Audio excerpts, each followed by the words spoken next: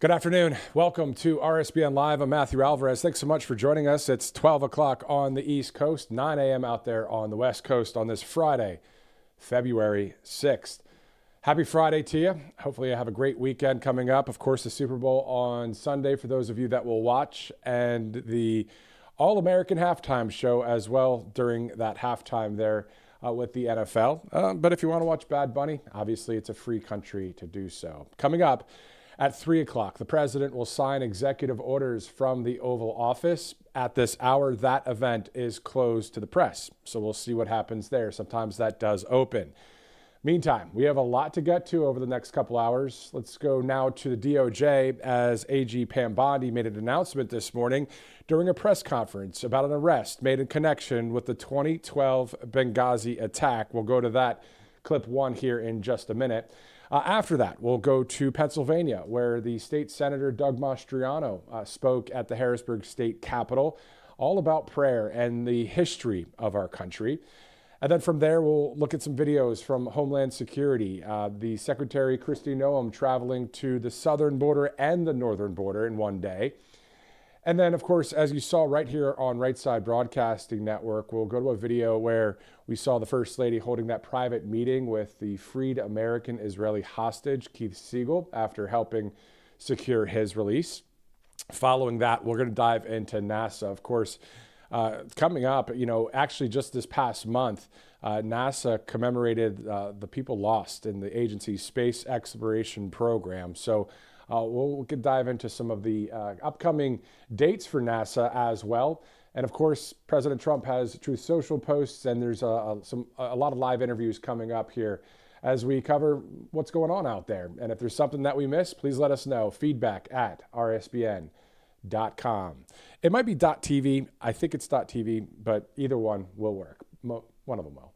All right, so let's go back to the DOJ as the AG Pam Bondi made that announcement this morning during a press conference about an arrest made in connection with the 2012 Benghazi attack. Let's take a look.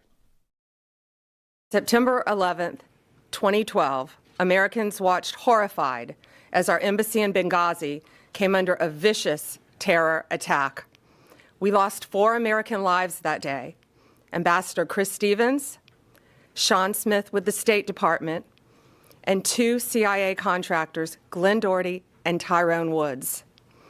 We have never forgotten those heroes, and we have never stopped seeking justice for that crime against our nation. In fact, from day one, Cash and Dan would sit in meetings and say, "We're going to get them," and they did.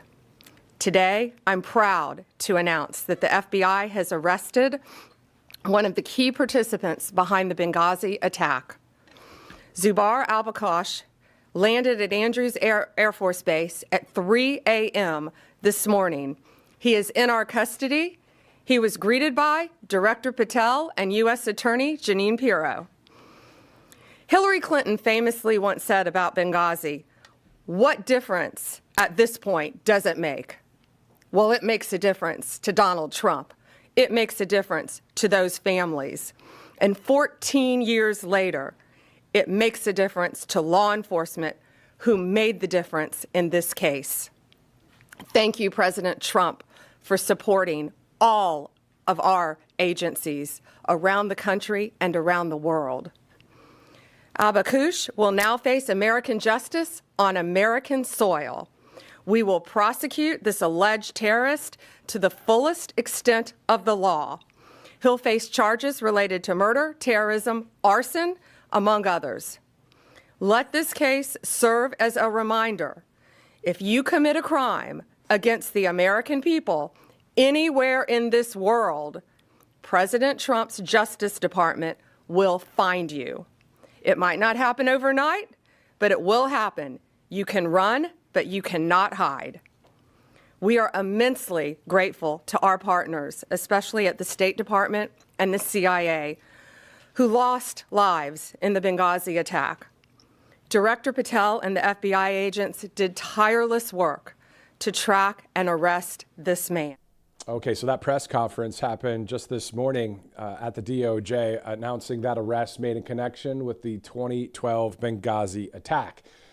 Meantime, let's go from Washington, D.C. to the Commonwealth of Pennsylvania, the Keystone State, where, of course, Independence Hall resides, where it stands to this day in Philadelphia.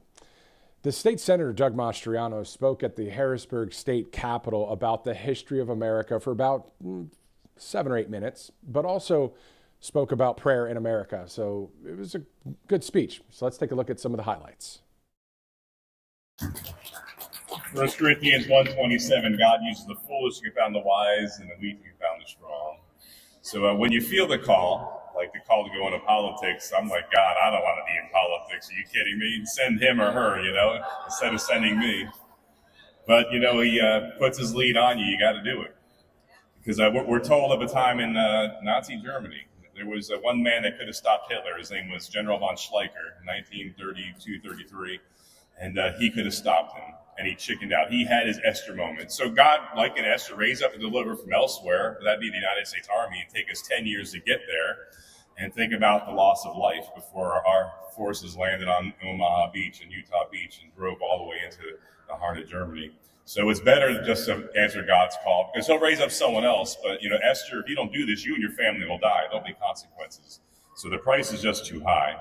So there would be no America without Pennsylvania. And Ruth, it's fitting and right that we do this in Pennsylvania, that this really kicks off in Pennsylvania, because I'm convinced that William Penn gave birth to the nation, not just his colony known as Pennsylvania. Because you think about this, in 1667, there was a young, wealthy kid touring his father's properties in Ireland, a lost soul, completely lost soul. And he stopped to hear a street preacher called Thomas Lowe, and he heard, You can be forgiven of your sins by Jesus Christ if you accept him as Lord and Savior. And that young man was William Penn. And that day he became convinced, as Quakers say. In our language is more, he got saved. And he was very bold about his faith. Now, in those days in the United Kingdom, you could not talk about Jesus without a permit. You had to be licensed. Well, William Penn would have none of that. And so he preached everywhere, and he landed in jail 6 times for talking about Jesus without permission from the king. One time, King Charles II was very close friends with William's dad. William Penn's dad was ashamed of him, kicked him out of the house. If you go to the governor's reception room, you'll see one painting where William Penn's dad is pointing to the door, "Get out of my house, I disown you." And William Penn had a vision of something like Pennsylvania. Imagine, though, he's sitting in the Tower of London, does he doubt? I don't think he doubts at all. He's writing books about freedom and free speech and freedom of religion, really framing our Constitution and Bill of Rights in so many ways, from jail, 100 years before our country existed. And one time King Charles II said, "You know what, William, I like your dad a lot. I owe your family a debt of gratitude on a lot of money because you saved us during the Anglo-Dutch War. And I'll let you out of jail. Just don't talk so much about Jesus. Just tone it down a little bit. It's okay." And he said, "I'd rather die in jail than deny my Lord." If you're faithful in small things, you'll be rewarded with great things, it says, Jesus tells us in Matthew. And he was faithful in all the small things. And before you knew it, William Penn's dad passes away. He's the son, so he gets all the property inheritance. And he also gets this debt that the king owes him. And the king's like, "I can't pay you back. It's too much money. But there's this chunk of land over across the ocean. We're going to name after your father, Pennsylvania, Penn's Woods." Lots of woods here, so Penn's Woods. And go ahead and be the governor. So he comes over here and shapes and frames our form of government that we have today. He shapes it in Pennsylvania. And the Bill of Rights comes from William Penn's experience. He didn't want anyone to go to jail for their faith, for talking about Jesus. He didn't want anyone to go to jail because they had the wrong political beliefs. And that gave birth to the ideas that we have in our country. And it's fitting and right you think about this. Your Ruth quoted about raising up a banner. On the Senate wall is a quote from George Washington. Let us raise a banner that the righteous may rally around it. Let us rise up and be that flag we appeal to heaven that the righteous can rally around. And we did rally. You remember in 2020, the shutdown. They tried to shut down our churches. They shut down our lives, our businesses, our families. They tried to crush us, force us to take things into our bodies that we didn't want to. And we rose up and said no, and we won. We're the only state in the nation here. The people of Pennsylvania stopped the governor from having those tyrannical powers any further. So it's alive and well. Yes, you did it. You guys did it. And then we had the voting integrity fight in 2020. I'm still waiting for an apology from the media. Election denier, no, we were right. Something went wrong. Houston, we have a problem. But the fight's not done. The truth is coming out. We have been vindicated in every way. Yes. Yes. In Jesus' name, we come against lies. We come against those who would deny the truth. Jesus said you should know the truth, and the truth will set you free. You can choose to walk in light where God lives, or in darkness where there's death. So we stand in the shadows of giants like William Penn. We think about George Washington in the French and Indian War. 3 times around Butler, he was almost killed. One time during an ambush on the way to Fort Duquesne, the chief told his fighters to kill that only white man on horseback. All the other officers were killed or wounded, including General Braddock. His warriors fought and shot at him and missed every time. George Washington got off the horse and found 8 holes in his tunic. The chief said, "The Great Spirit had your hand upon him when he met him later on, and protected you. And I told my warriors to stop trying to kill you since God was protecting you." One other time near Butler, Pennsylvania, George Washington almost drowned. And a third time, an Indian scout volunteer tried to assassinate him in the 1750s. So the hand of Providence had protected him. We were the first colony to ban slavery in the 1700s, thanks to the missionary work of a weak, frail man from New Jersey called John Woolman, who traveled all 13 colonies discussing the efficacy of Christians owning other people, because Jesus came to set the captive free. How can you set people in bondage? And thanks to his work, it ended peacefully in Pennsylvania. Across the sea in England, they had William Wilberforce, who dedicated his entire life to fighting against the slave trade and prevailed because of his Christian faith and witness. He was led to the Lord by John Newton, Amazing Grace. And when he got saved, Wilberforce says, "I'm going to quit politics and become a preacher." And thank God, John Newton's like, "Oh no, we need Christians in politics. You're not going anywhere, brother." That shadow laid across America during the Civil War. That was the hand that stayed the French, British, and Spaniards from entering the war earlier because of slavery, because of his work against the slave trade and exposing the horrors of it. And then we flash forward to Pennsylvania once again on September 11th, 2001. Flight 93, Todd Beamer and so many others, 40 passengers, innocent victims. They heard about the World Trade Center. They heard about the Pentagon. They knew their plane was headed to a bad place. And so he tried to call his wife, Todd, tried to call his wife, Lisa, got the operator who happened to be a Christian. They prayed together, quoting from the Psalm of David's. And then the Lord's Prayer, and his last words were, let's roll. So as we roll into the 250th birthday of America, let's roll into a new birth of freedom, that we remember where the light of liberty was lit in 1776, a new birth of freedom in 1863, and 2001, let's roll. This is our time, brothers and sisters. This is our day. Let's rise up and stand firmly and strongly and boldly like William Penn did in those dark days when he was thrown in jail for speaking his faith about Jesus. And all this we're saying in Jesus' name, amen.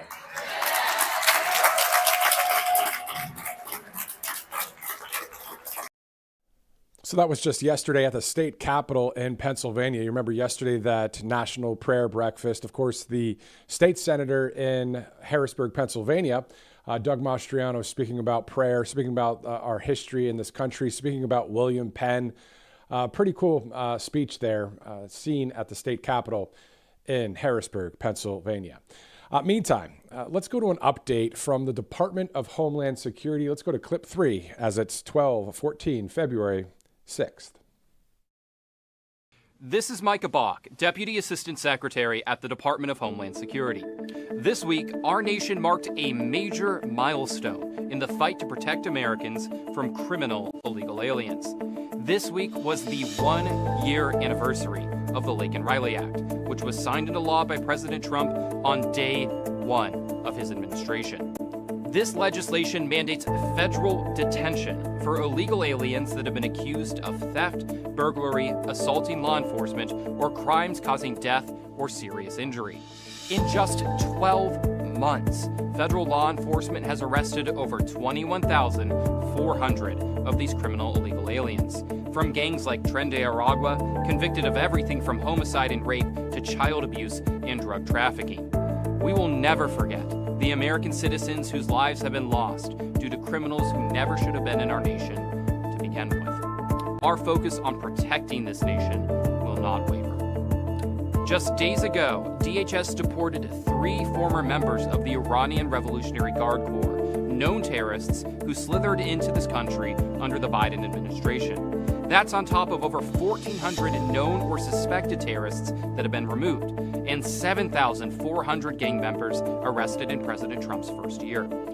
This week, as an historic winter storm swept over much of the eastern United States, DHS sprang into action, unleashing a newly focused FEMA to provide critical disaster response to the states that need it most. At President Trump's direction, Secretary Noem mobilized FEMA with speed and precision, pre-positioning generators, meals, water, and blankets, as well as activating our National Response Coordination Center and approving emergency declarations for nearly 900 counties.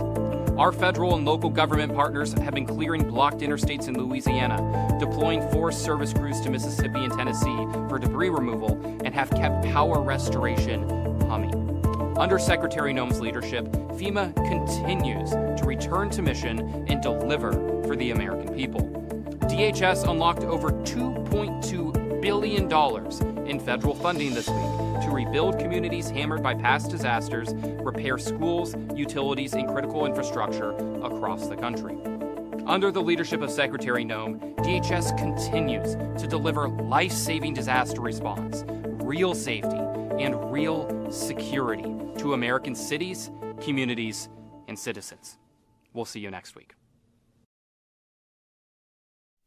All right, so the latest from the Department of Homeland Security. We'll get back to some more from Secretary Kristi Noem, who traveled to not only the southern border, the northern border in the same day. So we'll take a look at that video in just a bit. We have a lot of news to get to, of course, over the next hour and a half or so here at Right Side. Of course, we're monitoring any breaking news that may happen within this live broadcast. And of course, later at 3 o'clock at the Oval Office, President Trump will be signing some executive orders. Currently, that's closed to the press. Meantime, with storms and severe weather disrupting travel deliveries and access to care, many Americans are being reminded how important preparation really is. So imagine already having a flu medication kit at the house, or maybe a few months of your blood pressure medication on hand instead of trying to refill prescriptions during storm delays. Well, All Family Pharmacy helps make that possible. Patients can order prescription medications online ahead of time, and then a licensed doctor reviews the request, writes the prescription, and medications are shipped directly to your home. No waiting rooms, no insurance roadblocks, no last-minute panic. They offer antibiotics, antivirals, Tamiflu, ivermectin, hydroxychloroquine, mebendazole, NAD+, and then also your regular maintenance medications, and then hundreds of other prescription medications. So it's all about access, preparation, and having what you need when it matters most. So if access and preparation matter to you, you have to choose, of course, the right pharmacy. And this is one right here, allfamilypharmacy.com/RSBN. Go ahead and use the RSBN 10 promo code. That'll go a long way of getting that 10% off. You can also use that QR code to get you right to where you need to be when it comes to All Family Pharmacy. Also, Angel Paste is one of our awesome sponsors as well, angelpaste.com. And you can also use the RSBN promo code at checkout for a number of great products there. So you see just one of them on your screen. When you go to angelpaste.com, get ready to use your thumb to peruse through and see, especially if you're on a phone doing that.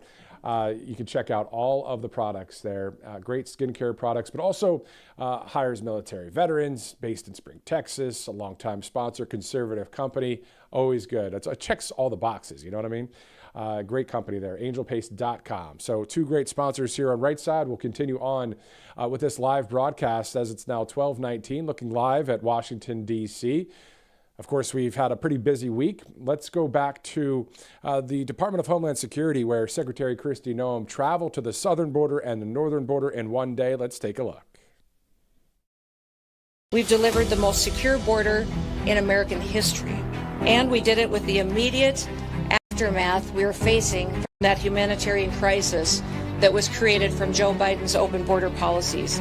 And we're thankful for President Trump's vision to invest in technology, invest in people, and invest in the resources that we need to do our jobs. The high degree of talent and experience that we have here today is a testament to not just President Trump's commitment, but also to the people that have secured the border and have also worked every single day to make sure that America is safe again. You know, we've been showing the southern border over the past, year or so here at Right Side, and we've seen the military and Customs Border Protection down there along the border. We've seen the Coast Guard and the Navy out there as well on the open sea.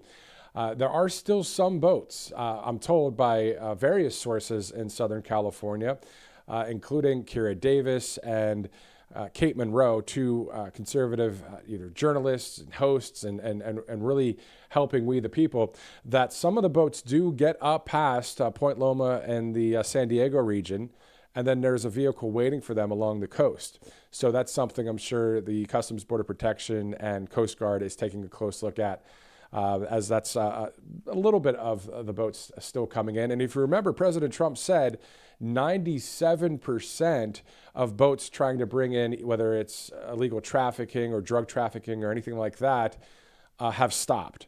And he said the other day, what about the 2 or 3%? That may be some of the percentage happening there in southwestern, right there, California, in that area. So we'll see. All right, so let's do this. As you may have seen right here on Right Side Broadcasting Network this week, the First Lady held a private meeting with freed American Israeli hostage Keith Siegel, and then it also became open to the press. And this is after she helped secure his release. Let's take a look at clip 5.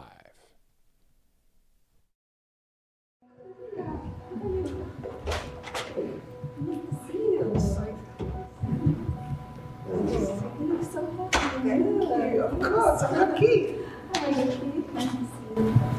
Welcome to see you. Thank you so much. Empowers me and strengthens me, and gives me a sense of purpose in life to be here with you, and to be active. That this world needs to wake up and stop allowing terrorists to rape, to burn people, to kidnap people, and to make them be nothing. They made us feel like we're nothing, and it should not be allowed. I am eternally grateful to you and President Trump for bringing me home and for bringing all of the hostages back to their families. I'm happy to see you healthy at home with your children, with your grandchildren, with your family. I wanted to share my feelings in my heart because they're so big what you did. So thank you so much.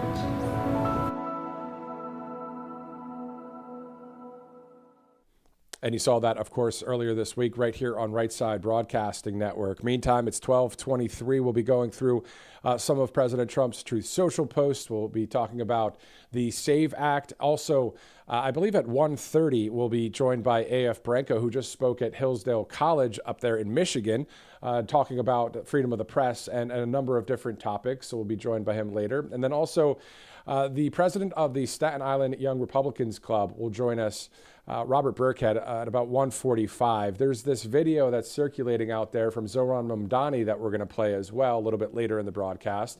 And again, for those of you just joining us at 3 o'clock, President Trump to sign some executive orders at the Oval Office. Now, currently, that is closed to the press. If it opens up, if we're still live, we'll go to it. If not, we'll upload it to all of our social platforms, just like you have counted on us for several years. How about 10 straight years plus for all of this coverage of President Trump when he was the candidate, when he's the president, and then, going through the Biden regime and all that too. Just it was a lot of coverage here at Right Side. We're continuing on, of course, covering conservative news, looking at the various stories that are happening out there. And these are some of the top headlines out there as well. Meantime, next month, of course, will be a huge month for NASA. But every January, so this past month, NASA commemorates the people lost in the agency's space exploration program. So on its day of remembrance, the NASA family celebrates their lives, their bravery, and advancements in human spaceflight. Let's take a look at clip 6.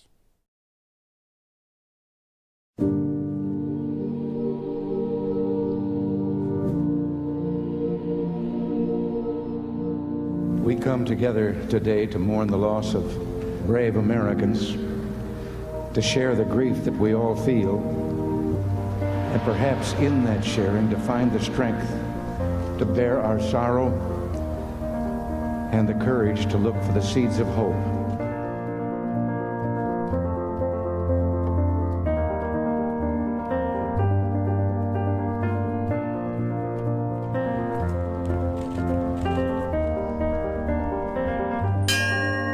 Remember them as they lived, bringing life and love and joy to those who knew them, and pride to a nation. The story of all human progress is one of a struggle against all odds. We learned again that this America, which Abraham Lincoln called the last best hope of man on earth, was built on heroism and noble sacrifice. It was built by men and women who answered a call beyond duty, who gave more than was expected or required, and who gave it little thought of worldly reward.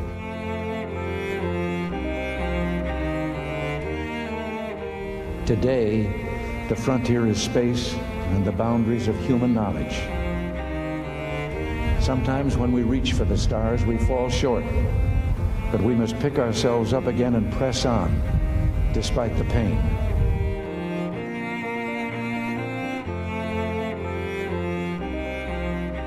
Our nation is indeed fortunate that we can still draw on immense reservoirs of courage, character, and fortitude.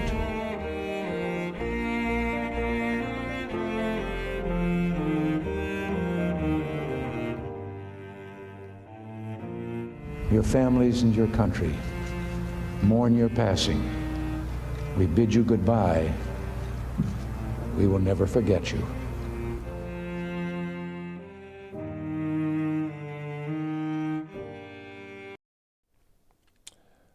So NASA every January, again, commemorates the people lost in the agency's space exploration program. So they had their day of remembrance as they celebrated their lives, their bravery, and advancements in human spaceflight. And as you guys know, there's a lot of talk about spaceflight, space travel. How about Artemis coming up? This whole traveling around the moon, possibly landing on the moon in the near future within the president's second administration. So let's look at the fact that this next month will be a huge month for NASA. Let's look at clip 7. This is a very serious endeavor. This is absolutely a test flight. That'll be the first time we'll have 4 crew members seeing the far side of the moon together. We're at the point now where we are ready to go fly. If you want to go fast, go alone. If you want to go far, go together. We've been training together for over 2.5 years now, and with that comes a closeness. I'm driven by the spirit of exploration. There's just something about pushing the limits that really captures my passion. This is the stuff we dreamed of when we were kids, and now it's becoming reality. Artemis 2 is more than a mission to the moon and back. It is the next step on the journey that gets humanity to Mars.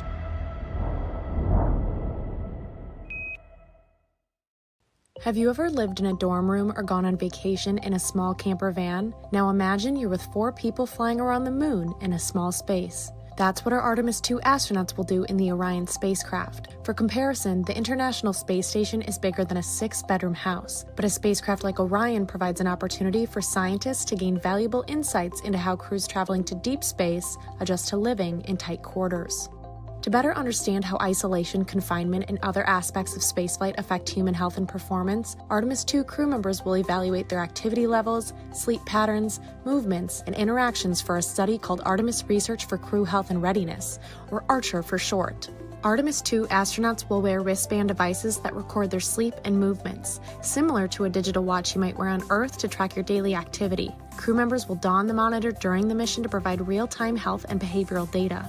Scientists will compare what's collected in flight to baselines collected before launch and after landing. Crew members will also complete surveys and tests of motor control before and after flight to help scientists assess how well they work individually and as a team. Results of the study will provide input into the design of future Artemis missions, helping NASA pinpoint how to make the best use of space in, well, space.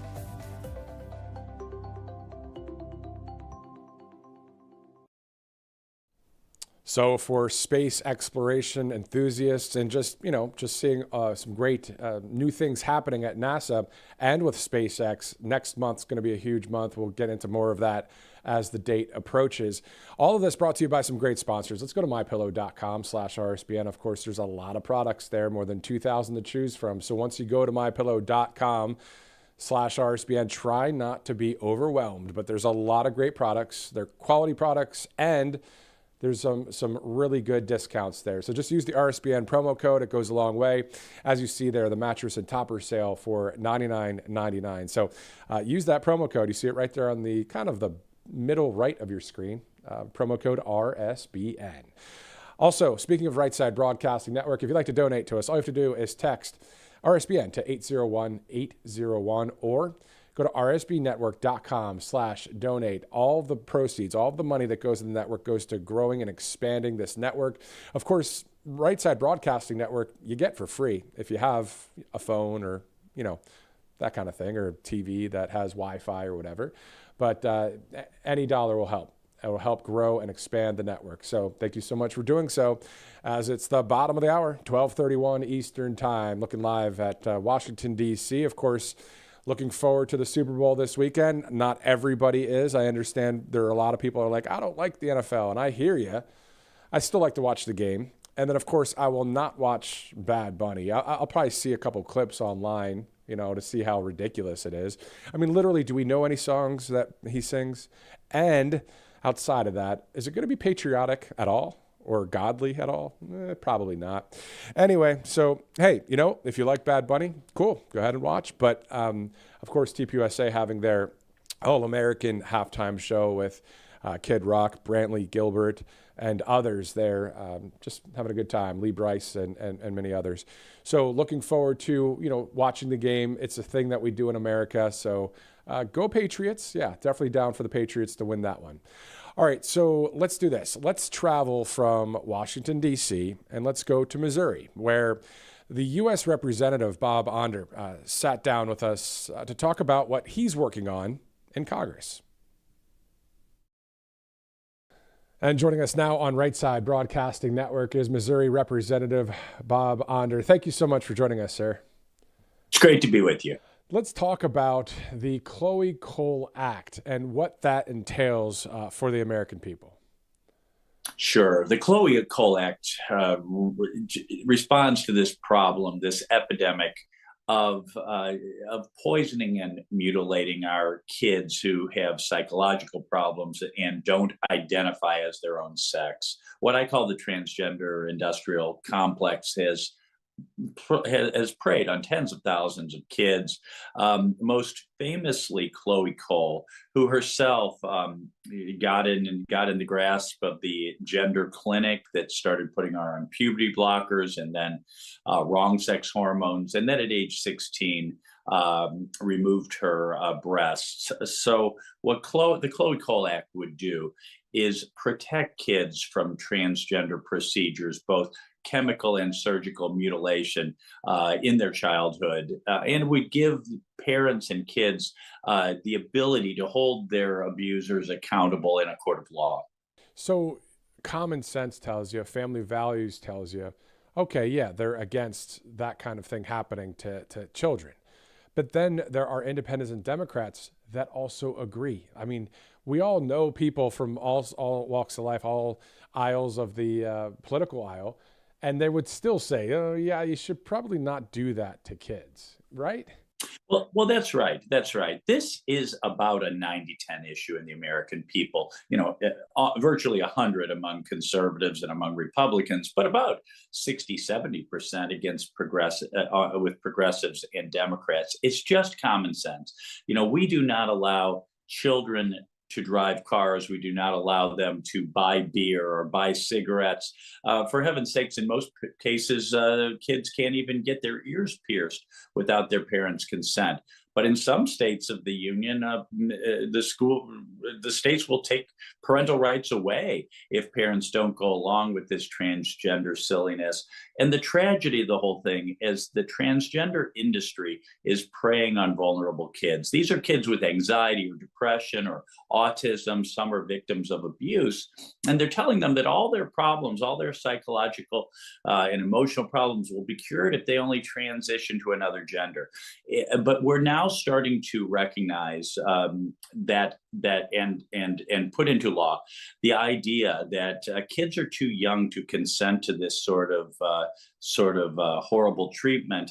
And I'm happy to say that on Monday, the American Society of Plastic Surgeons recognized that, said that it is not appropriate to do transgender surgeries on minors. And the next day, yesterday, the AMA agreed. So we're making progress. Until then, most of our major medical groups had been taken over by the woke progressive left, the gender ideologues who were pushing this nonsense.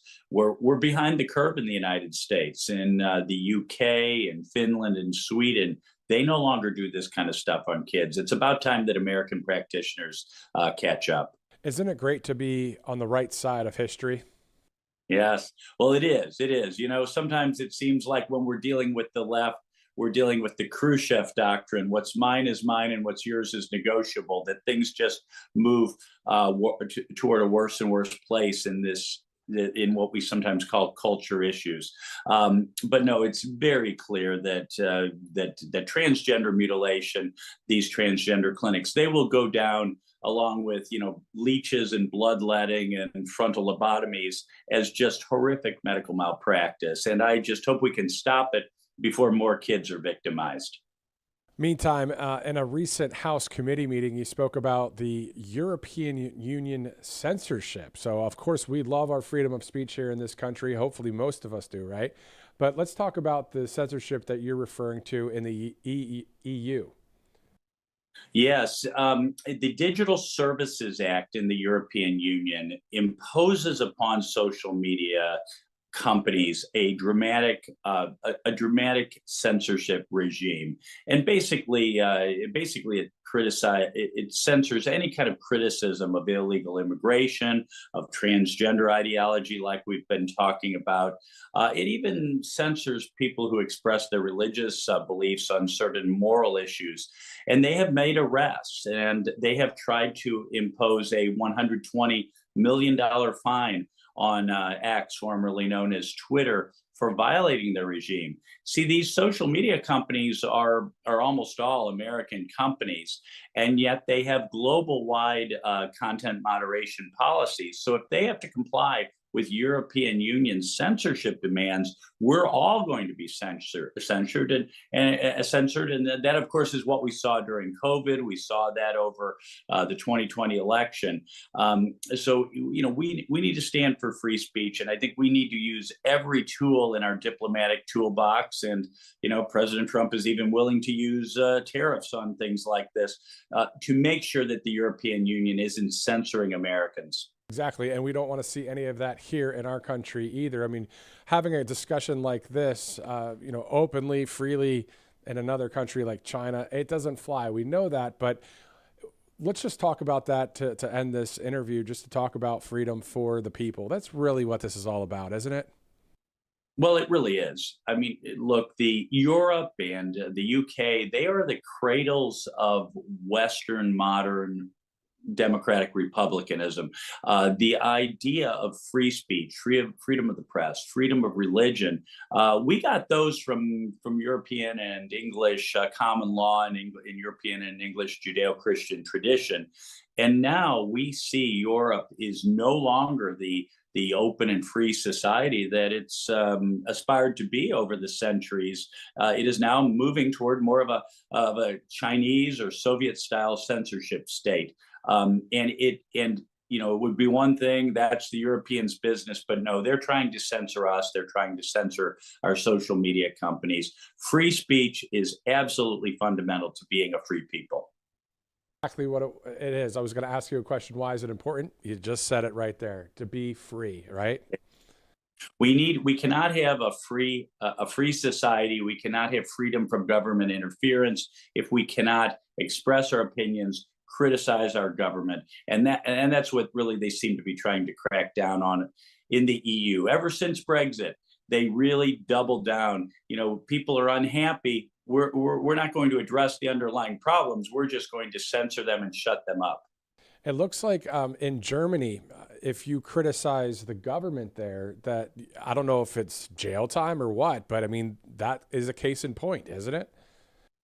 Well, we learned in our hearing yesterday that yes, that this censorship, and I didn't know this until then, this originated in Germany. Unfortunately, it didn't stay in Germany. It spread to other countries, including the entire European Union, and then of course England, which the UK, which left the EU with Brexit, they have their own censorship regime. So now they're all censoring. And yes, they have the Irish comedian named Lenahan. He tweeted some kind of off-color jokes that offended gays. And as he got off his plane, he was an Irish citizen. He was coming from the United States.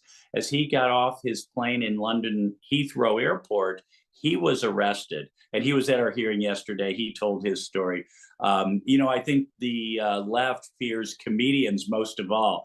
Governments, totalitarians, they just cannot stand to be laughed at or satirized. So yeah, he ended up jailed for a tweet. That's so wild. Let's make comedy great again. Make free speech great again, right? I mean, I think Amen. What it is they just don't like the truth, or they don't like being exposed and that kind of thing. And that's why they want to censor. They want to control what the people know. And that's, at the end of the day, what they're trying to do, right? Yes. As you may know, I'm a medical doctor. Back during the COVID craziness, I met with a major public health official in Missouri, and I wanted to talk to him about this issue of mask mandates. And he said, I will not talk to you about the issue of mask mandates. They save lives. It is settled science. They don't want to engage us on the issue, which of course is nonsense. Not a single life was saved by COVID mask mandates. They don't want to engage with us in honest, open debate, because I think they know they're wrong. They just want to suppress any dissenting views. And then call you names on top of that, and all the things. Oh, yes. Oh, yes. Oh, well, yes. Of course, if you dissent from, for instance, the gender ideology that we were discussing earlier, you're a bigot, you're homophobic, you're transphobic. Of course, when I dissented from a lot of the COVID craziness orthodoxy, of course, I was trying to kill grandma. So, yes, they call you names. They accuse you of foul motives.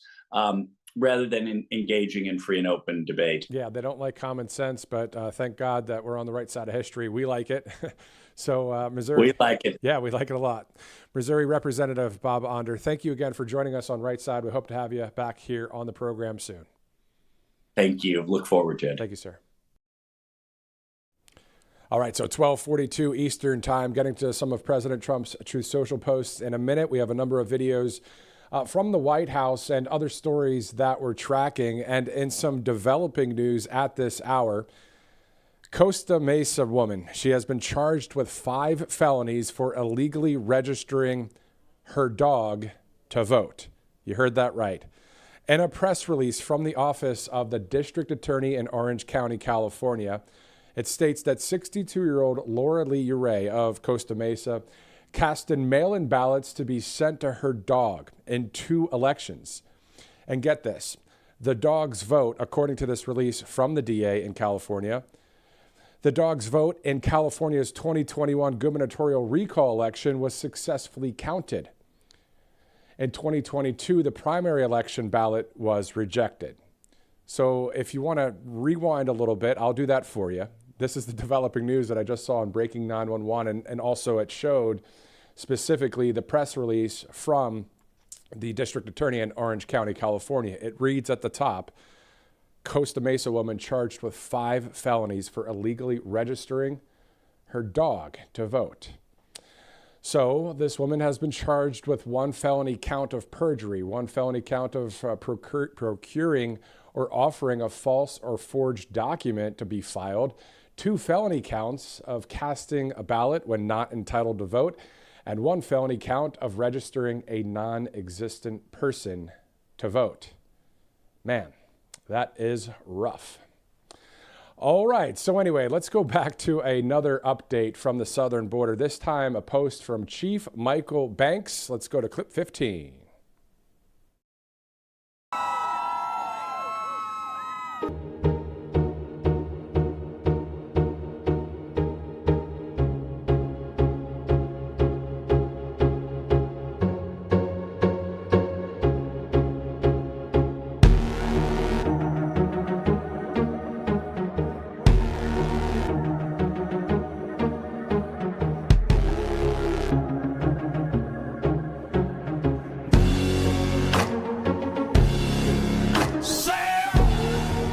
Last 9 months, the Border Patrol has released 0 illegal aliens into the interior of the country. It's incredible the work that they do every day.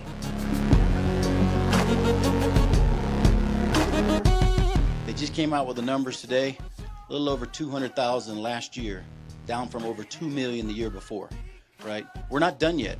We're all gas, no brakes downhill. We're just getting started.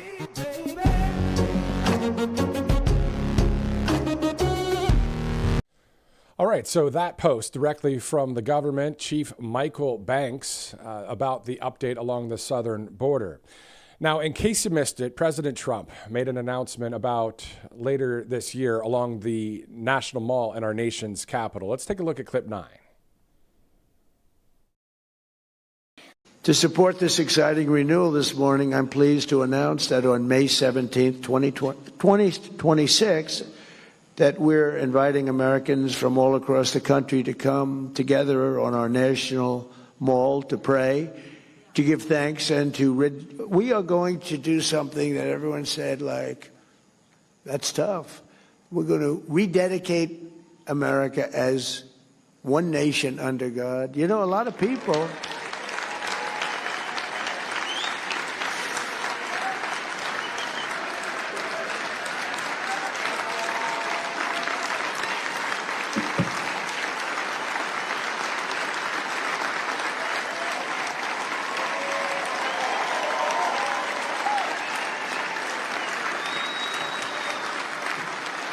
Yeah, thank you very much.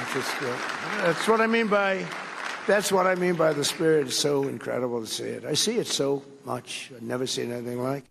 Of course, President Trump at the National Prayer Breakfast in Washington, D.C. just yesterday. If you're just joining us, hello. Thanks for joining us. It's hopefully a happy Friday for you. Hopefully you're getting your Super Bowl food ready for Super Bowl Sunday. For those that are going to watch, if you're not going to watch, I hear you. It's all good. There's a lot going on in our country. Let's talk about another country, though. Let's talk about Italy, because the Olympics are there. And tonight is the ceremony, the opening ceremonies for the Olympics. And why would I bring up the Olympics right now? Well, the Vice President of the United States just met with the Italian Prime Minister, Giorgia Meloni. They met this morning prior to the Olympic Open ceremony that's happening this evening in Milan. So let's go to clip 10. I was saying that I'm happy to have you here, to have the occasion to talk about our wonderful bilateral relation, but also about many international topics which are open. And I was reminding that last time I saw you in Rome, it was for the new Pope. That's right. And today we meet again for the Olympic Games. It is 2 events that tell about values that keep together Italy and the US, Europe and the US, the Western civilization, and it's mainly the reason why we like to work together. A great ambassador. Good morning, Ambassador. Welcome. How about you, Element? It's hard to get around. Okay, well, Prime Minister Meloni, it's so good to see you and your team, and great to be back in your beautiful country. We love Italy, we love the Italian people, and as you said, we have a lot of great relationships, we have a lot of great economic connections and partnerships, And I think it's you guys have done an amazing job with the Olympic Games. The city looks beautiful. My wife and I have been excited to attend the Olympics in Milan for pretty much since I became vice president. We've talked about this and wanting to do this, and so very glad that it worked out, and very glad that you guys have done such a good job. So in the spirit of the Olympics, friendship, competition based on rules, and just coming together around shared values, we're very, very thrilled to be here, and we'll have a great conversation about a number of topics. So thank you all. Mr. Vice President, can you provide an update on the talks in Oman? Mr. Secretary, can you provide an update on the Iran talks? Is the goal to Thank you, press. All right, so you saw there the Vice President meeting with Giorgia Meloni, the Prime Minister of Italy, moments ago. And that, of course, the Vice President and the Second Lady, Usha Vance, in Milan for the Olympics and the representative of our country. So great to see that with the Vice President there. Also, let's go to a couple of our sponsors as we have some live interviews coming up. AngelPace.com, of course, out of Spring, Texas, with some great products. All you have to do is go to AngelPace.com, use the RSBN promo code at checkout, because you know what? It's going to be possibly a little bit late. We'll see for the Valentine's Day. Actually, you have a few days, so maybe purchase some gifts there, guys. AngelPace.com, a great sponsor, great products, and longtime sponsor here at Right Side Broadcasting Network. Also, All Family Pharmacy, really sticking with the current news cycle, because they know with the storms and severe weather disrupting travel and deliveries and access to care, you know, many Americans are being reminded how important preparation really is. Imagine already having a flu kit or a flu medication kit at home, or a few months of your blood pressure medication on hand, instead of trying to refill prescriptions during storm delays. So All Family Pharmacy makes this all possible. Patients can order prescription medications online ahead of time. A licensed doctor will then review the request and write the prescription, and then medications are shipped directly to your home. So there's no waiting rooms, no insurance roadblocks, no last-minute panic. So they offer antibiotics, antivirals as well, Tamiflu, ivermectin, hydroxychloroquine, mebendazole, NAD+, also your regular maintenance medications, and hundreds of other prescription medications. So this is all about access and preparation. So all you have to do is go to allfamilypharmacy.com/RSBN. Use that RSBN10 promo code to save 10%. A great sponsor here at Right Side. Also, get those emergency kits. There's a lot of them on there that you can check out. All right, before we go to some of our live interviews coming up, we have actually at least 2 confirmed, possibly 3 now, to talk about Benghazi, that arrest announcement from the Attorney General Pam Bondi. Why don't we do that? Why don't we go to that clip number 1 that we led the broadcast with. This was an announcement from the AG from the DOJ this morning. September 11th, 2012, Americans watched horrified as our embassy in Benghazi came under a vicious terror attack. We lost 4 American lives that day. Ambassador Chris Stevens, Sean Smith with the State Department, and 2 CIA contractors, Glenn Doherty and Tyrone Woods. We have never forgotten those heroes, and we have never stopped seeking justice for that crime against our nation. In fact, from day one, Cash and Dan would sit in meetings and say, "We're going to get them," and they did. Today, I'm proud to announce that the FBI has arrested one of the key participants behind the Benghazi attack. Zubair al-Bakash landed at Andrews Air Force Base at 3 a.m. this morning. He is in our custody. He was greeted by Director Patel and U.S. Attorney Jeanine Pirro. Hillary Clinton famously once said about Benghazi, "What difference at this point does it make?" Well, it makes a difference to Donald Trump. It makes a difference to those families. And 14 years later, it makes a difference to law enforcement who made the difference in this case. Thank you, President Trump, for supporting all of our agencies around the country and around the world. Al-Bakash will now face American justice on American soil. We will prosecute this alleged terrorist to the fullest extent of the law. He'll face charges related to murder, terrorism, arson, among others. Let this case serve as a reminder. If you commit a crime against the American people anywhere in this world, President Trump's Justice Department will find you. It might not happen overnight, but it will happen. You can run, but you cannot hide. We are immensely grateful to our partners, especially at the State Department and the CIA, who lost lives in the Benghazi attack. Director Patel and the FBI agents did tireless work to track and arrest this man. Okay, so that was from this morning at the DOJ. We may have a guest joining us to talk about that in just a minute. But let's go to President Trump's post from pretty recently here, where President Trump said, quote, "The America's elections are rigged, stolen, and a laughingstock all over the world. We are either going to fix them or we won't have a country any longer. I am asking all Republicans to fight for the following: the Save America Act." You see there, all voters must show voter ID, identification, he says. All voters must show proof of United States citizenship to register for voting. Number 3, at the bottom there, no mail-in ballots except for illness, disability, military, or travel, end quote. That from the president. That's something that's being discussed a lot on Capitol Hill as well, to pass the SAVE Act. It's been something that's been circulating online for some time now when it comes to, everyday America. We the people saying that on X, on Truth Social.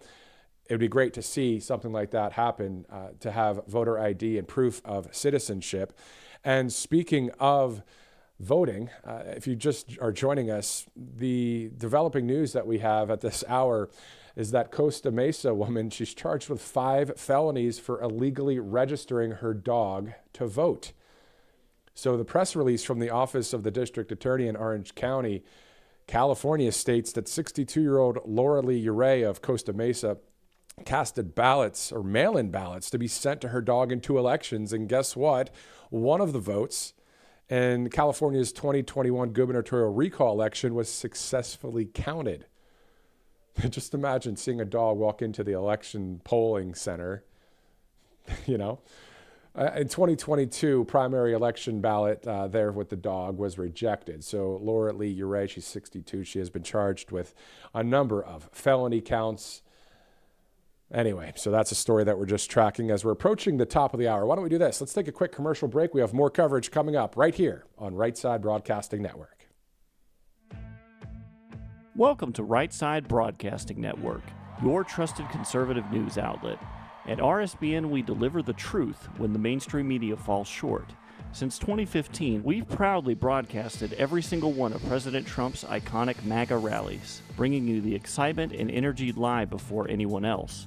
By watching RSBN, you get an unfiltered front row view of the action on the ground. We interview the crowds to give a voice to millions of Americans just like you. We show you President Trump's speeches in their entirety, free from interruptions and censorship. We cover the stories that matter to you with the integrity and passion you deserve. Thank you for choosing RSBN as your home for America First News. Together, we stand strong, united, and informed.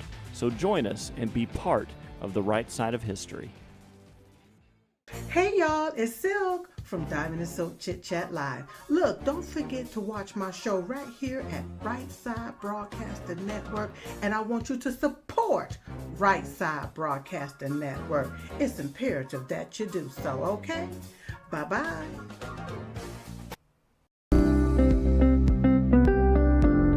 allfamilypharmacy.com/RSBN. You can scan that QR code now, RSBN10. That is the code, easy to remember, for 10% off. This is ivermectin, hydrochloroquine, antibiotics that will save you and yours from bacterial and viral infections, NAD+, and much, much more. 200 essential medications and emergency medical kits, the meds you trust delivered to your door.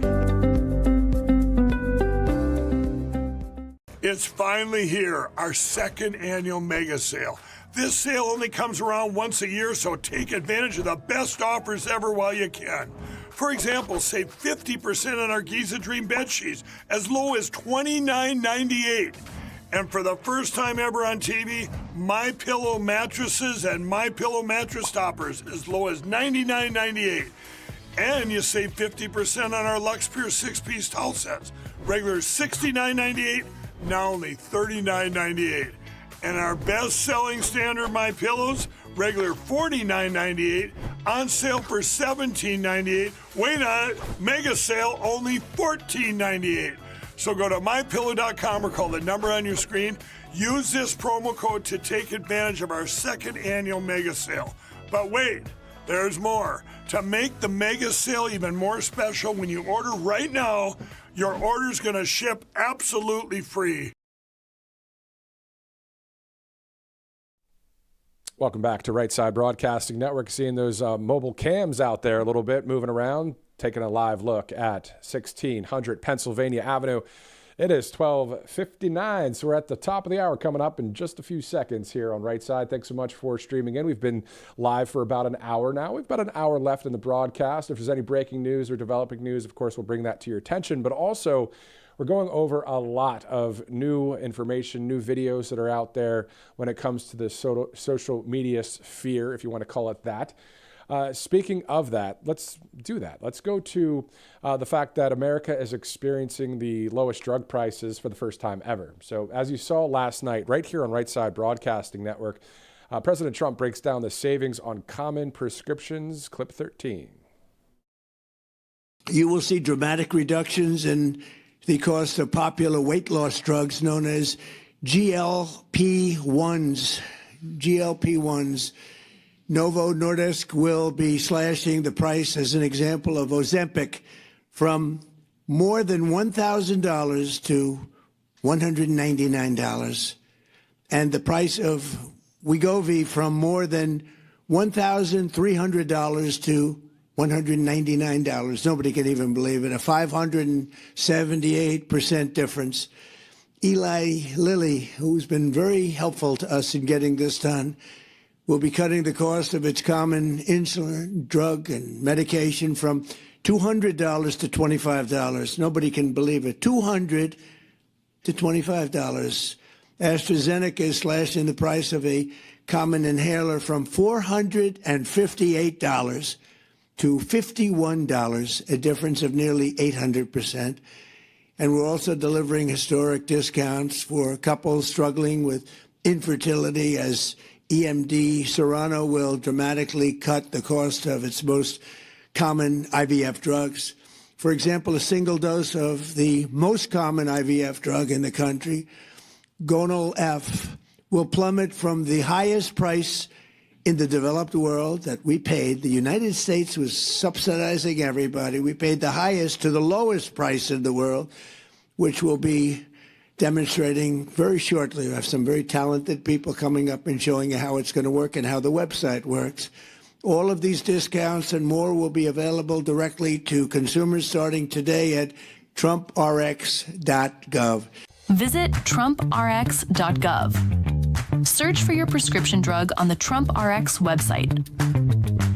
Marvel at the price you now pay versus what you used to pay. Call your pharmacist with your TrumpRx coupon code and easily order your prescription. Now, enjoy healthcare at the greatest price.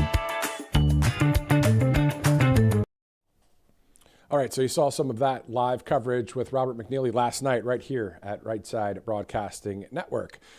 Meantime, I saw a T-shirt on the Citizen Free Press that says, "Make Sense Common Again."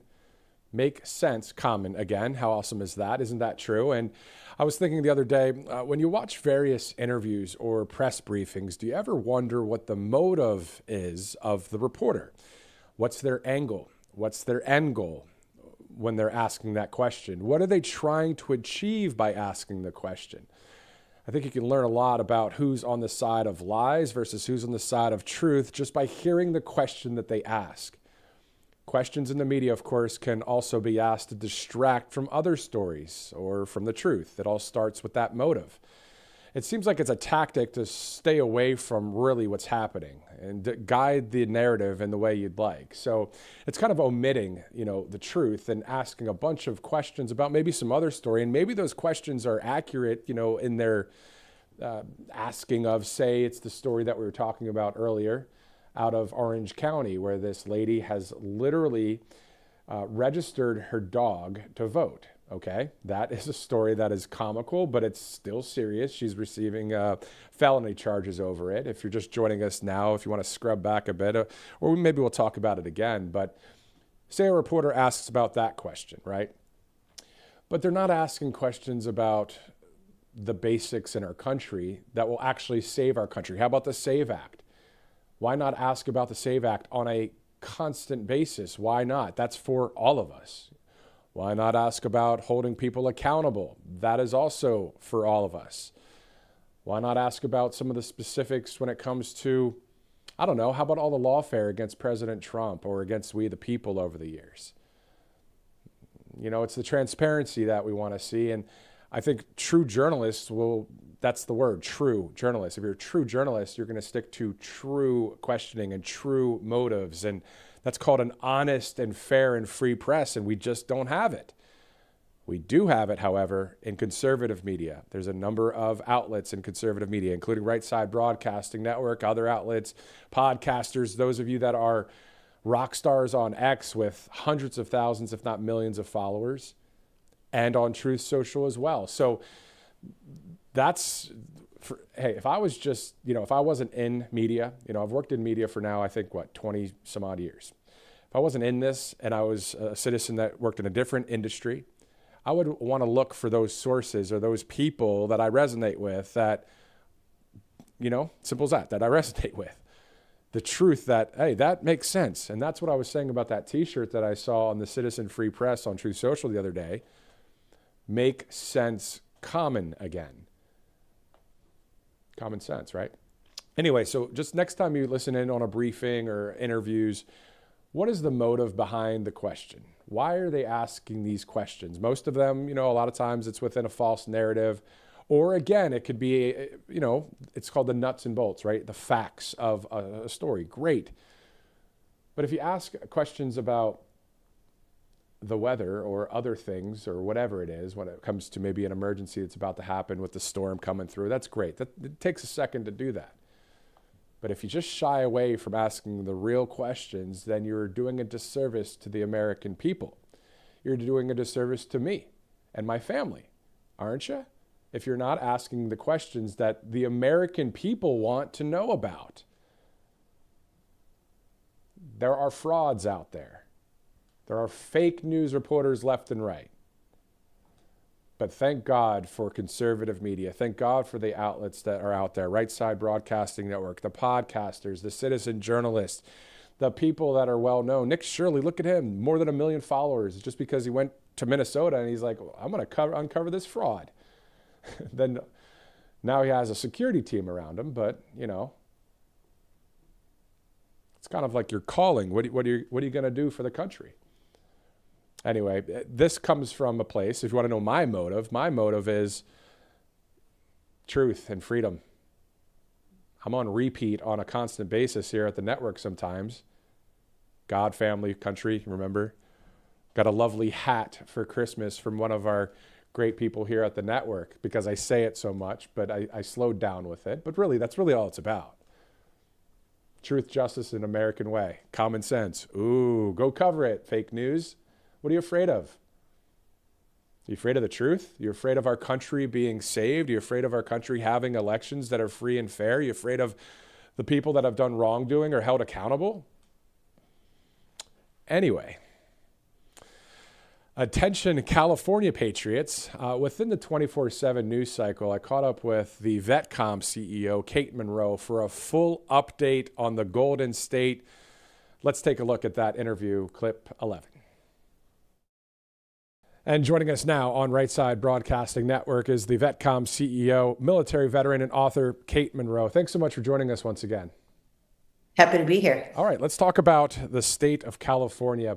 30,000-foot view, how is the Golden State doing now?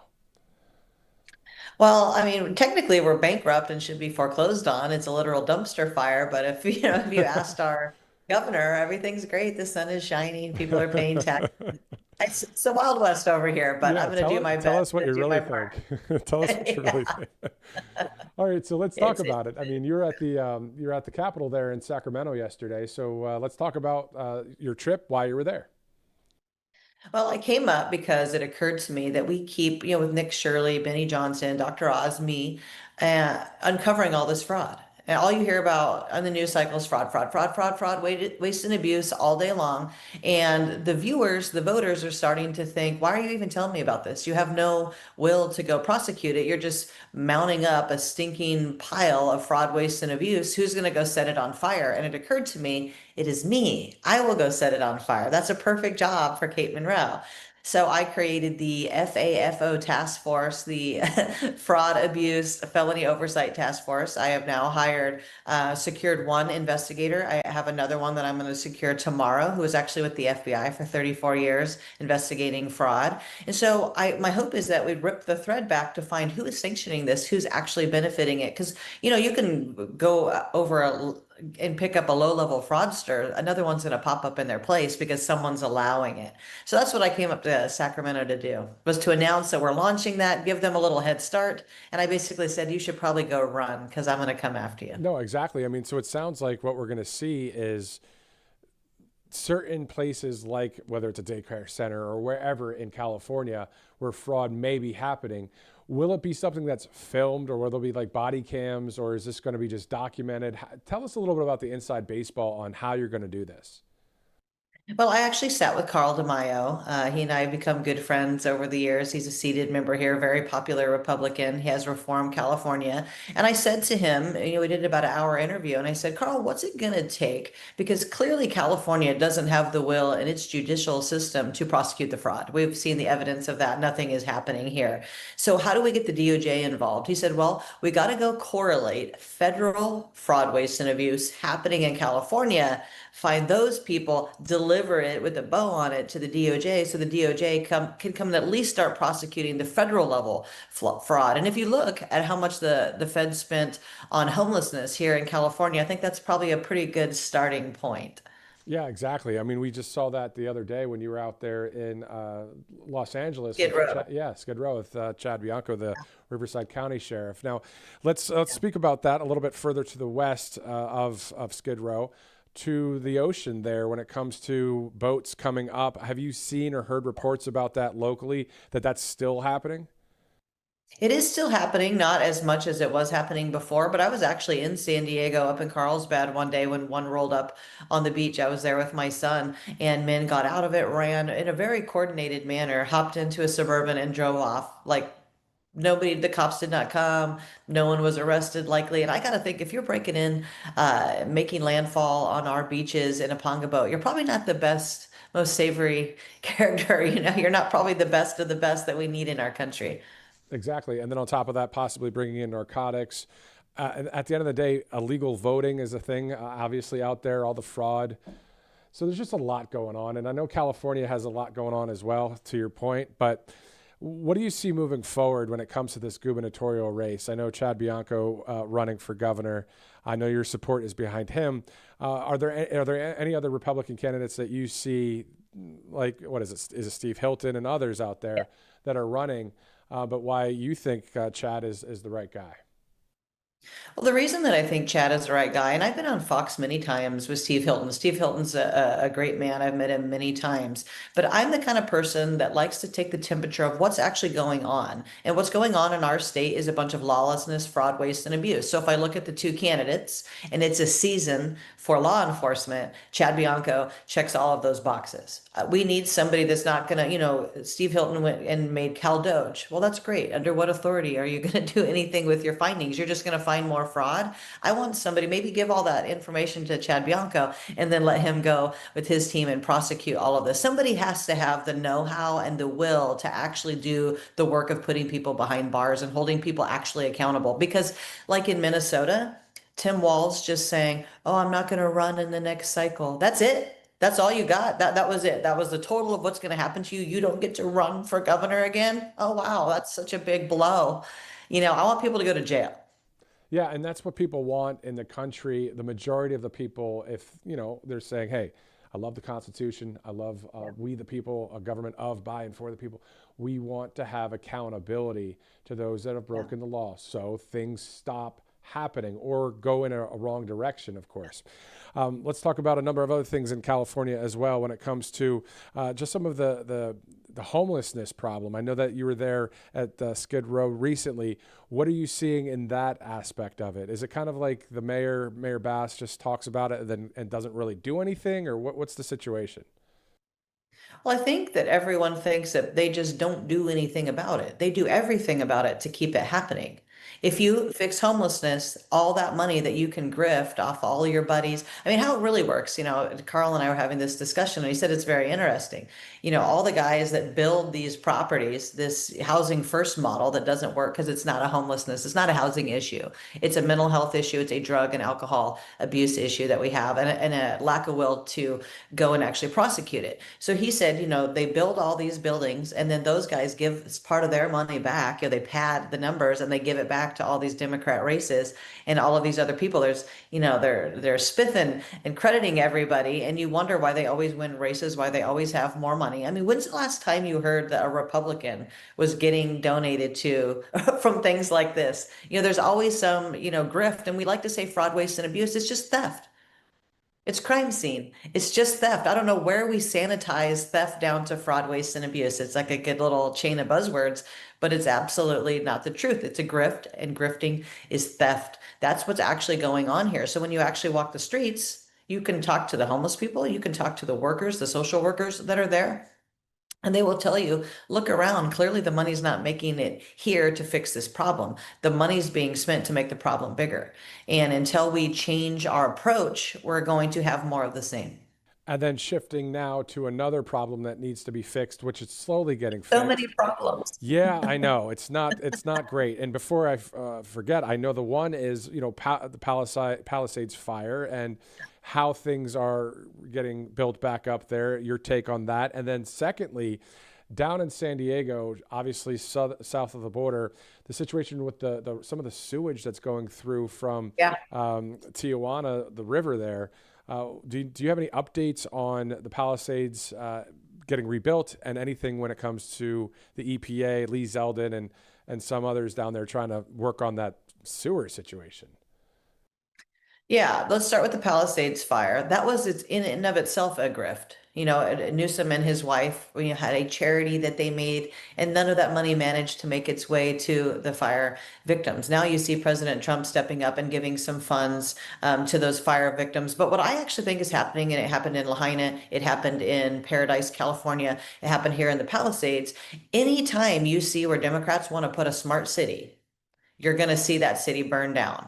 If the city doesn't want it, that city's going to end up getting burned down. So it's like we want to pretend like all these fires are just started randomly. They happen to be started in places that they want smart cities. And if you look at LA, they're making zero effort to help these people rebuild. They're making it nearly impossible. They're actually talking about putting low-income housing in this beautiful area. It's like there should not be low-income housing. There should be low-income housing, but not in areas like this. So the update there is just more fraud, waste, and abuse, theft, crime, and grift.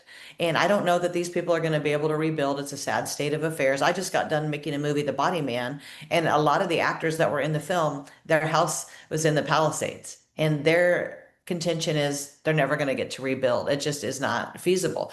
Going a little bit south to the water, I was one of the people that actually brought the water to the main stage because I interviewed a woman whose son was going to Navy SEAL school, and he got very sick from this water. I don't know if people know this, but it's not just a little sewage problem. It's thousands of gallons of literal raw sewage. It's not just in the swamp, low-lying areas in San Diego. If you're swimming at the beach in Coronado, all the way up to Del Mar, California, where I live, there is sewage in that water, and it has all kinds of diseases in it. And these Navy SEALs, they make them nearly drown in this swamp, this low-lying water, and they get gut issues I have to make claims for. And this young man, his lungs got filled with this SHIT water, and he got pneumonia, called his mom, and he was wheezing so heavily. And she's a nurse. She said, you got to get to the doctor. He said, they told me if I go to the doctor, that they're going to drop me.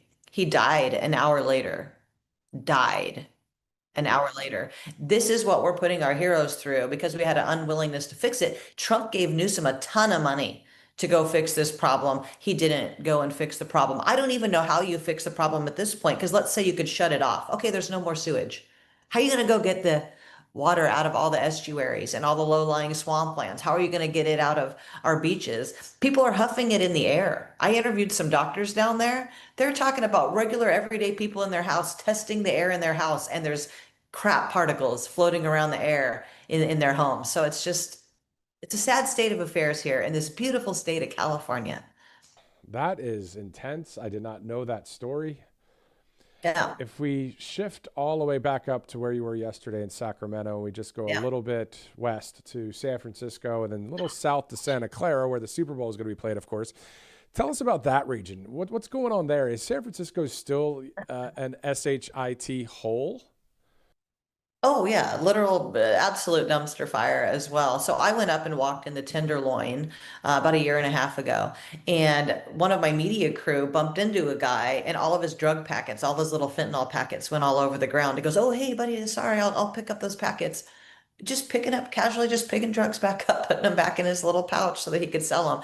It was like $2 to $5 a hit at the time. There was drug needles everywhere. I filmed, we must have stepped over 100 piles of other people's feces. It was absolutely disgusting. But the interesting thing is not a lot of people know this, but when China came, I have my finger on the pulse of this whole homeless issue in California. And somebody said, hey, we were going down the 8 freeway. And the bus that took the homeless people out of San Francisco, they told them they were going to San Diego.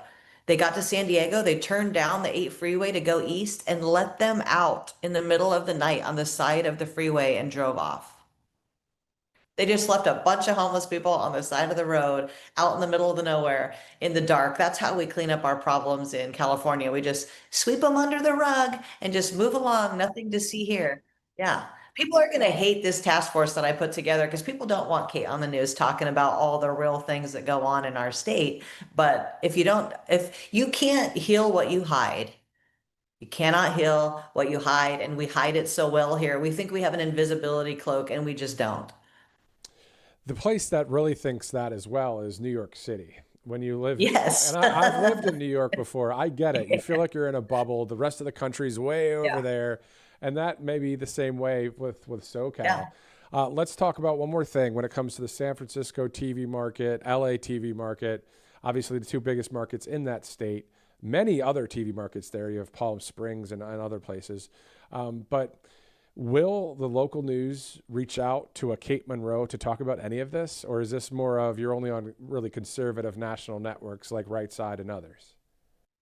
Well, it was so interesting. When I took Chad out to walk in Skid Row, we put out a media advisory, and you never know who's going to show up. I figured in LA, either nobody would come or it would be a bunch of people who had, counter ideology, and it could get ugly, which I don't care. I'm built for that. I'm built for war. And it turned, USA Today came, the LA Times, a bunch of big outlets came and walked the whole walk with us, interviewing us both, watching us interact with homeless. And I would say they wrote a 95% favorable piece. 95% of that left-leaning media wrote a favorable piece because I think when you have the courage and the fortitude to take people out and do the ugly thing and show them the reality of the thing they think they know about, suddenly it changes their heart. We need more of that. These people who pontificate about what they would do in a scary situation or pontificate about the solution for things, these people realize we don't have a homeless problem. We have a drug problem. We have a lack of law enforcement capability problem in our state. So I think, I used to be on KUSI News all the time. But I will tell you, after buying advertising, I realized what the actual viewership is on local news. And I realized every post I make gets 10x the views. So why would I go sit in your studio so 1,000 people can see me when 1,000 people see me a minute on my own social media? So I'm going to stick to the system that's working and get the good word out. Yeah, amen. I mean, live stream broadcasting, social media, it is a new media, a new day. And as long as, and this is why we fight for, figuratively speaking here, fight for freedom and freedom of speech and freedom of the press, because if we were in some other country that is against all that, we wouldn't be able to get the word out at all on social media and on live stream broadcasting. So again, that's why we want to win elections and keep the freedom here in our country. Joining us, of course, the conservative author and military veteran, VetCom CEO, Kate Monroe, all things California. Thank you so much again, Kate, for joining us. Thanks for having me. All right, so and let's get that update from Lee Zeldin at the EPA on the sewage problem at the Mexico-California border. What we're told is the decades-old Tijuana River sewage crisis has ruined quality of life and devastated small businesses in the San Diego area. So with the many Mexico side projects now agreed to between the U.S. and Mexico and slated for completion in 2026 and in 27 with one in 2028, residents finally see an end in sight. So it's really a great day back in San Diego tackling that urgent crisis when it comes to sewage from the Tijuana River that gets kind of put into various spots there, waterways in San Diego. But great to see that there's some work getting done. In the meantime, let's go to a couple of our sponsors. We have a few live interviews coming up right here on Right Side Broadcasting Network. Of course, if you'd like to donate to Right Side, all you have to do is text RSBN to 801-801 or go to rsbnetwork.com/donate. Also, if you'd like to send on our snail mail, if you'd like to go there, a lot of people are sending cash and checks to a P.O. box, which is out there, or at least checks, 1550 Opelika Road, Suite 6, Box 344, Auburn, Alabama 36830. To those of you that have been longtime donors here at Right Side, thank you so much for doing that as we grow and expand here at the network. Also, All Family Pharmacy is one of our great sponsors as well. You can get that 10% off all of your essential medications. As you know, with a lot of the storms in the Northeast and the Midwest and in various parts of the South, that severe weather has disrupted travel. There might be some more clipper systems, as they call it. Do I know what a clipper system is? Heck no, I'm not a weather guy. We'll have to get Christina Loren back on here to talk about it. But, you know, it's really disrupting travel and deliveries and access to care. So just imagine having that flu medication kit at home or a few months of your blood pressure medication on hand instead of trying to refill prescriptions during storm delays. So All Family Pharmacy helps make that possible. Patients can order prescription medications online ahead of time, and a licensed doctor reviews the request, writes the prescription, and medications are shipped directly to your home. So there's no waiting rooms, no insurance roadblocks, no last-minute panic. And they offer antibiotics, antivirals, Tamiflu, ivermectin, hydroxychloroquine, mebendazole, NAD+, and that list goes on. So all you have to do is go to allfamilypharmacy.com/RSBN. Use that RSBN promo code to get that 10% off. Awesome sponsor here at Right Side Broadcasting Network. It is 1:26, Friday, February 6th. Let's move on to our live interviews. We've had a couple recorded ones, but let's go to our live interviews now. And let's go to conservative cartoonist A.F. Branco, who actually just returned from a trip in Michigan at Hillsdale College. So thank you so much for joining us, sir, and tell us about that trip.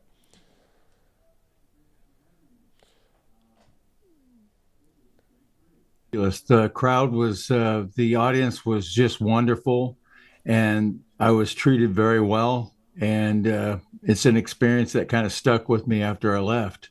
I'm still reeling from it. So very good experience. That's awesome. So can you talk to us about what it was, what happened there at Hillsdale? Because I know that a conservative, constitutional, great college there. I remember the late, great Charlie Kirk talking about Hillsdale, giving them a shout out a lot.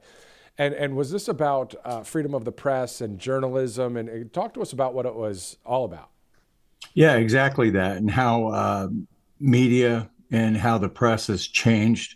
And my talk basically discussed how it was the mainstream media that brought about this vibrant alternative media that we have today because the people just don't trust them anymore. And that was but the whole conference was about that. You had Mark Halbrin, you had Amber Duke, John Foss from Chicago Tribune, I believe it was, that he worked for, and then he has his own podcast. But all journalists bouncing into the new media, and that was what it was a lot about. What is it like to be called upon to be a speaker at an event like that? I mean, can you believe that you're getting called upon even back in the day, right? The great late Rush Limbaugh with his newsletters, he would use your political cartoons, conservative cartoons. They're great. That's what I like about them too. They're exactly how we're thinking and feeling, at least when it comes to the right side of history, we the people. And then they said, hey, Hillsdale College calls you up. So what was that like to get that call, get out there to Michigan, to be a speaker? Is that something that you've really done before? Not really. No, I think I maybe spoke at a small group maybe 5 years ago, and it wasn't a comfortable thing for me because I'm a cartoonist. I'm comfortable in my office with my computer, my sketch pad, and some news going on. I'm just not. It's that. That is why I do what I do, because I'm comfortable doing it, and that's what I like to do. That's what I'm used to doing. But ironically enough, Rush Limbaugh, I mentioned Rush Limbaugh a few times in my speech. Now, as I was speaking, I would pop up these cartoons. They had two huge screens, one on both sides. And as I would speak, I would, and of course I had prearranged it was a PowerPoint. I prearranged the cartoons to go along with what I was speaking about, and the crowd just really loved it. And such a great audience, and they actually made it happen. So for me, anyway, and the responses that I received from that was just overwhelming. Did it get humbling. to a point where some of the students wanted to get pictures with you right there at the near the cartoons? I mean, are you a star now, AF Franco?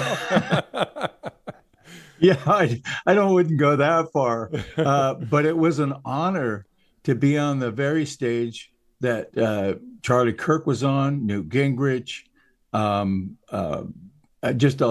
could go on forever. Victor David Hansen stood right there, and I'm going, what the heck is a Tar Heel from Northern California doing here? So it's like it was a humbling and overwhelming at the same time, and exciting. Yeah, I mean, and part of the reason you said yes to that trip, I would think, is because it's for the country, it's for freedom, it's for journalism, right? Absolutely. I have to step out. We all have to step out of our comfort zone once in a while for the country and to advance our cause. Both that and that is exactly why I went into cartooning.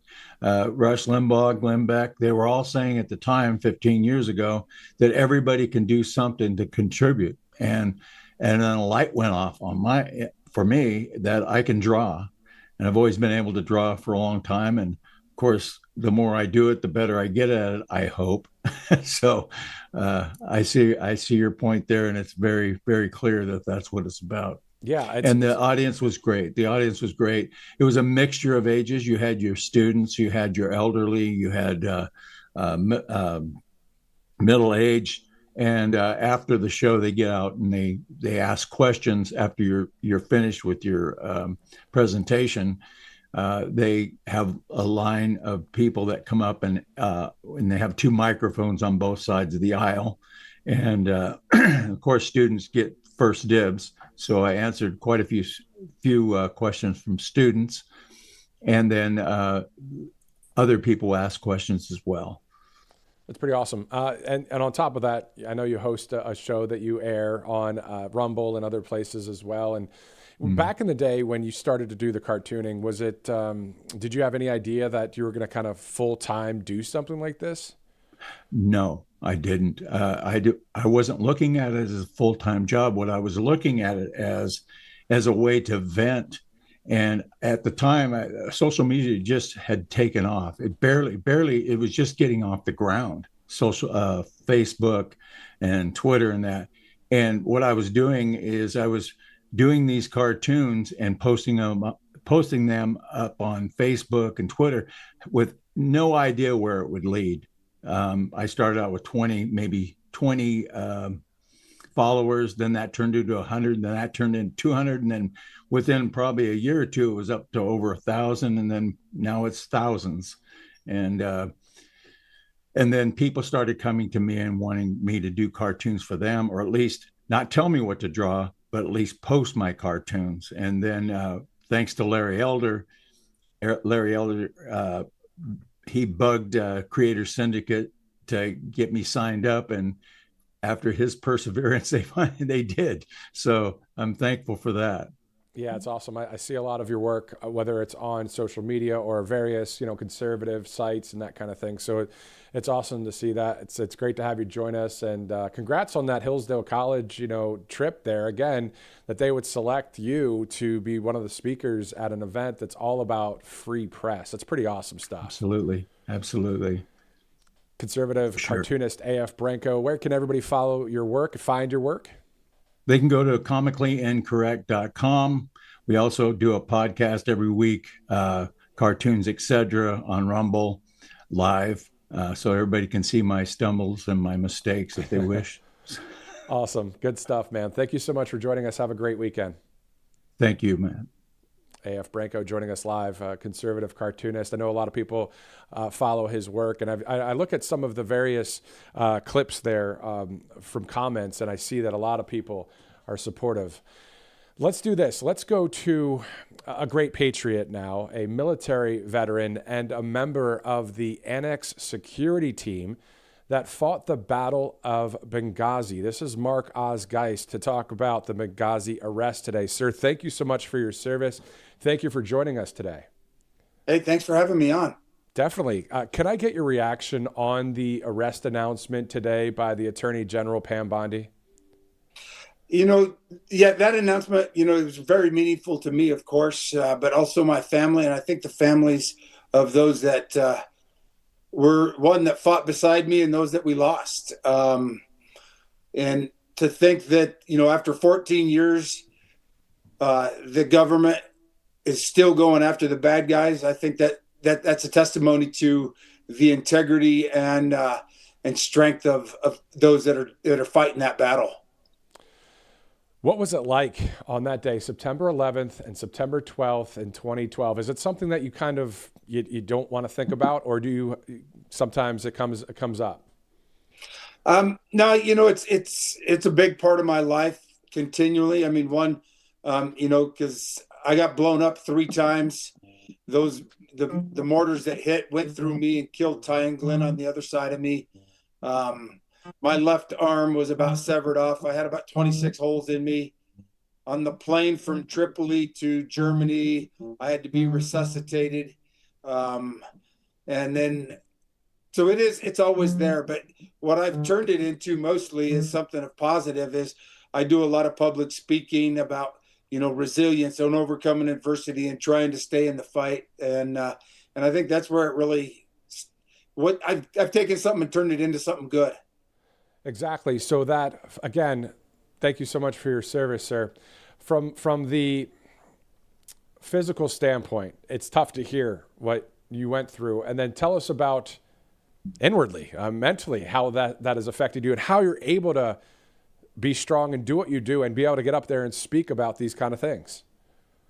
I to be honest, I got to give it all to the Lord, because I think that's the only reason I survived.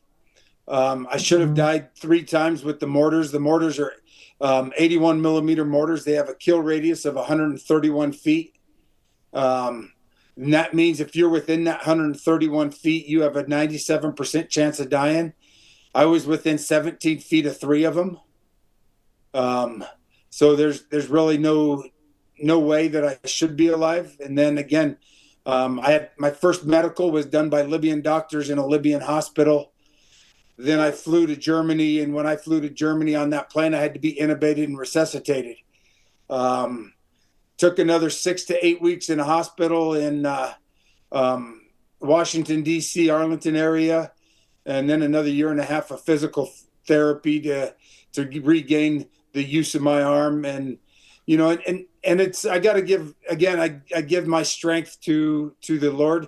He's always been a part of my life, but really that night kind of solidified it, and has just made me try to help other people and also continue to do things around the world. If you're just joining us now, this is military veteran and a member of the Annex security team that fought the Battle of Benghazi. This is Mark Ozgeist to talk about today's arrest, of course, that specifically Pam Bondi spoke about at a press conference earlier today. When you're out there speaking, when people come up to you and they take photos with you and say, thank you for your service, what is it like to get the response, the reaction? And again, not only from you being a hero, a warrior, but also people that are struggling with whatever they're struggling with, that you're able to overcome this through the power of God, but also through your grit and your strength, sir.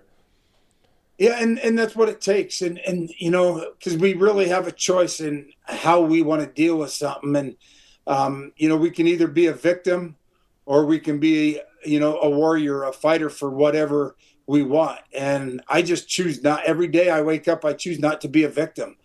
And I think and I have to do that. And sometimes some days are worse than others, you know, because it's not always glory and feeling great. You know, you have those bad days every now and then, but it's focusing on the good that can come from it. You know, I've started a group. I'm with part of a group called Sterling Group. We're working with the State Department to go and help get rid of and destroy UXO, unexploded ordnance, from what happened in Gaza, bring food and medicine to the kids of Gaza, and doing those things that are good for other people, I think, is what also gives me that grace to understand and deal with this, because I couldn't be doing all of this other stuff if it wasn't for what I went through. It's what a journey that has been for you back in 2012, but then now in 2026 into the future, what's your assessment of the United States of America now, and then what would you like to see in the future? Just 30,000 foot view. You know, we're at a very critical time, I think, for this country. We are allowing people that are outside of our country to influence us and cause division and hate. You know, we can all disagree. I don't want everybody to think the way I do. I can't grow if I don't have discourse with other people, and even if it's not coming to the same agreement. But we have to find a way to breach the hate and the visceral attacks that we are getting that we're doing to each other. And really, you know, we need to come together, because no matter what, this country is great. It's the greatest country in the world. I've traveled the world and been to a lot of places, and there's nothing like it here. And unfortunately, if we're not careful, we're going to be like everybody else if we don't find a way to come together.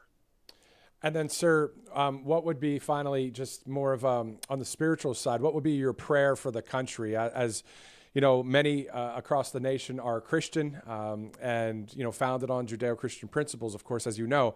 But on the faith side of things, what would you like to see within that framework? You know, everybody has to choose their own way. And I always tell people, you're either going to meet him now or you can meet him later. I wanted to meet, I want to meet the Lord now, and I've met him now, and he's in my life. And I don't want to be that person that puts that aside, because I think that I need to enjoy life, that I need to, do the things that I shouldn't be doing. And obviously, I've always had a faith, but not as strong as it is now. And I think that, people need to turn to that and ask for discernment and understanding through Jesus Christ, and really truly believe that we can heal this nation, because that is what it's going to take. Amen. I was thinking about this, doing this, and let's just do it. Sir, can you lead us in a prayer for the country? Yeah, for sure.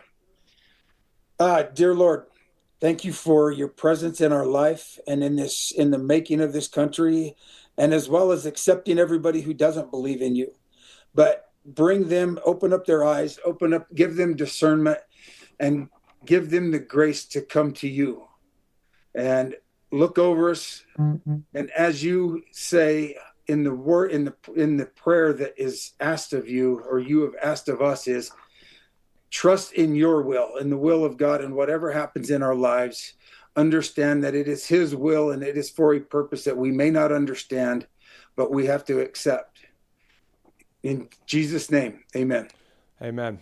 You know, I was thinking of the late, great Charlie Kirk talking about Romans 8:28. All things work together for the good to those that love God and are called according to his purpose. We all have our stories. We all have our journeys, the ups, the downs, all the things. But we know one thing, that he is the way, the truth, and the life, and the truth will set you free. In Jesus' name, amen? Amen. I think we're about to have church, sir. Amen. Every day. Every day. Got to have it.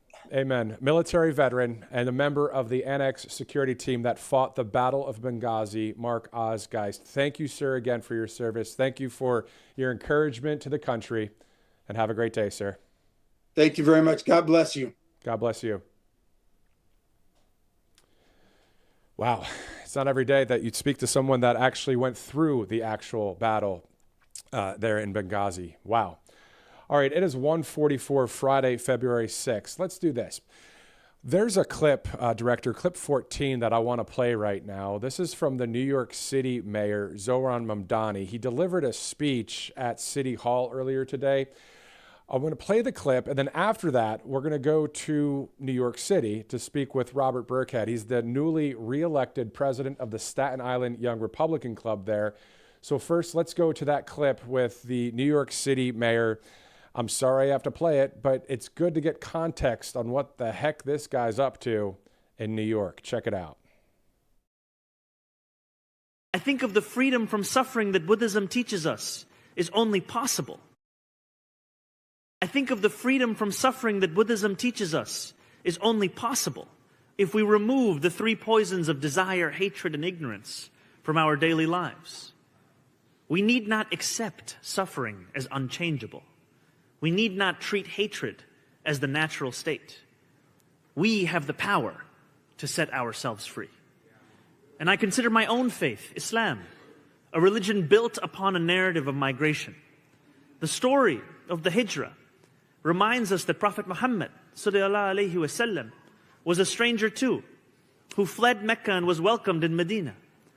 Surah An-Nahl 1642 tells us, as for those who immigrated in the cause of Allah after being persecuted, we will surely bless them with a good home in this world. Or as the Prophet Muhammad ﷺ said, Islam began as something strange and will go back to being strange. So glad tidings to the strangers. If faith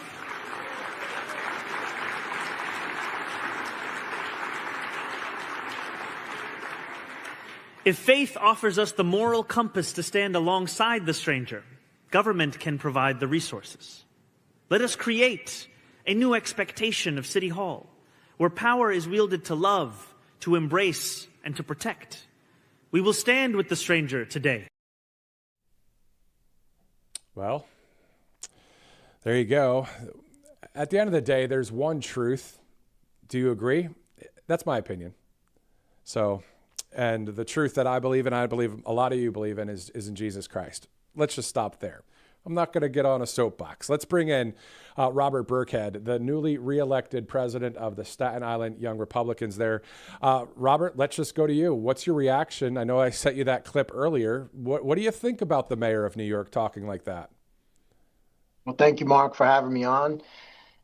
You know, listen, rewarding illegal entry it's just unfair to millions, including many immigrants who follow the law, who waited their turn. You know, I don't think any religion should welcome illegal entry into our state, our city, our country. You know, resources are finite. You know, by expanding, you can't be for affordability, and then want to expand these programs for people that are here breaking the law and not your own residents. It's it's totally hypocritical. Exactly. And the people of Staten Island, as I've repeatedly said, did not vote for this mayor, and it's sad to see. It is sad to see. It's sad to see that New York City, the largest city in the country, I believe the fourth largest on earth, has someone like that as the mayor. But also, he reminds me of the mayor of London. He reminds me of what England, the government wants, is mass migration and people that are there illegally. And then what happens there? We see a lot of criminal acts happening. We see a religion that is talking about Sharia law. Not every Muslim is into Sharia law, but the ones that are, it's awful. So it's very dicey to talk about, but still it's something that people are talking about. So your thoughts about just down home, loving country, freedom people that are on Staten Island that are saying, what the heck do we have this guy trying to tell us anything? Yeah, I mean, listen, many Muslim Americans voted for President Trump in the last election, and they wanted to seal our borders, end wars abroad. They didn't vote for a massive number of refugees to come in to immigrate to the Western countries like ours. My great-grandparents were immigrants. They came here legally. They waited their turn, and they contributed to society. They didn't break in through a fence that was open through the border. And I mean, I think that's the sentiment amongst a lot of people. Our taxes continue to rise. Our property taxes continue to rise. Our electric bills, our water bills, our gas bills. It's been, almost 40 days since this mayor has been the mayor. He hasn't even come to Staten Island on an official visit. He could care less, in my opinion, about his constituents. Everything is a tax grab. And instead of, giving speeches like this, he should really try to concentrate on affordability. I think he might have people actually, try to bipartisanly agree with him on things. We saw the president agree with him when he came to visit, because I think it's common sense to try to make things affordable. But they're focused on other issues that do not affect our lives. And again, as I said, it's just we're in for a very long 4 years. Exactly. So the thing is it looks like what he's there for is communism, socialism, and then hopefully not Sharia law style of Islam, Muslims.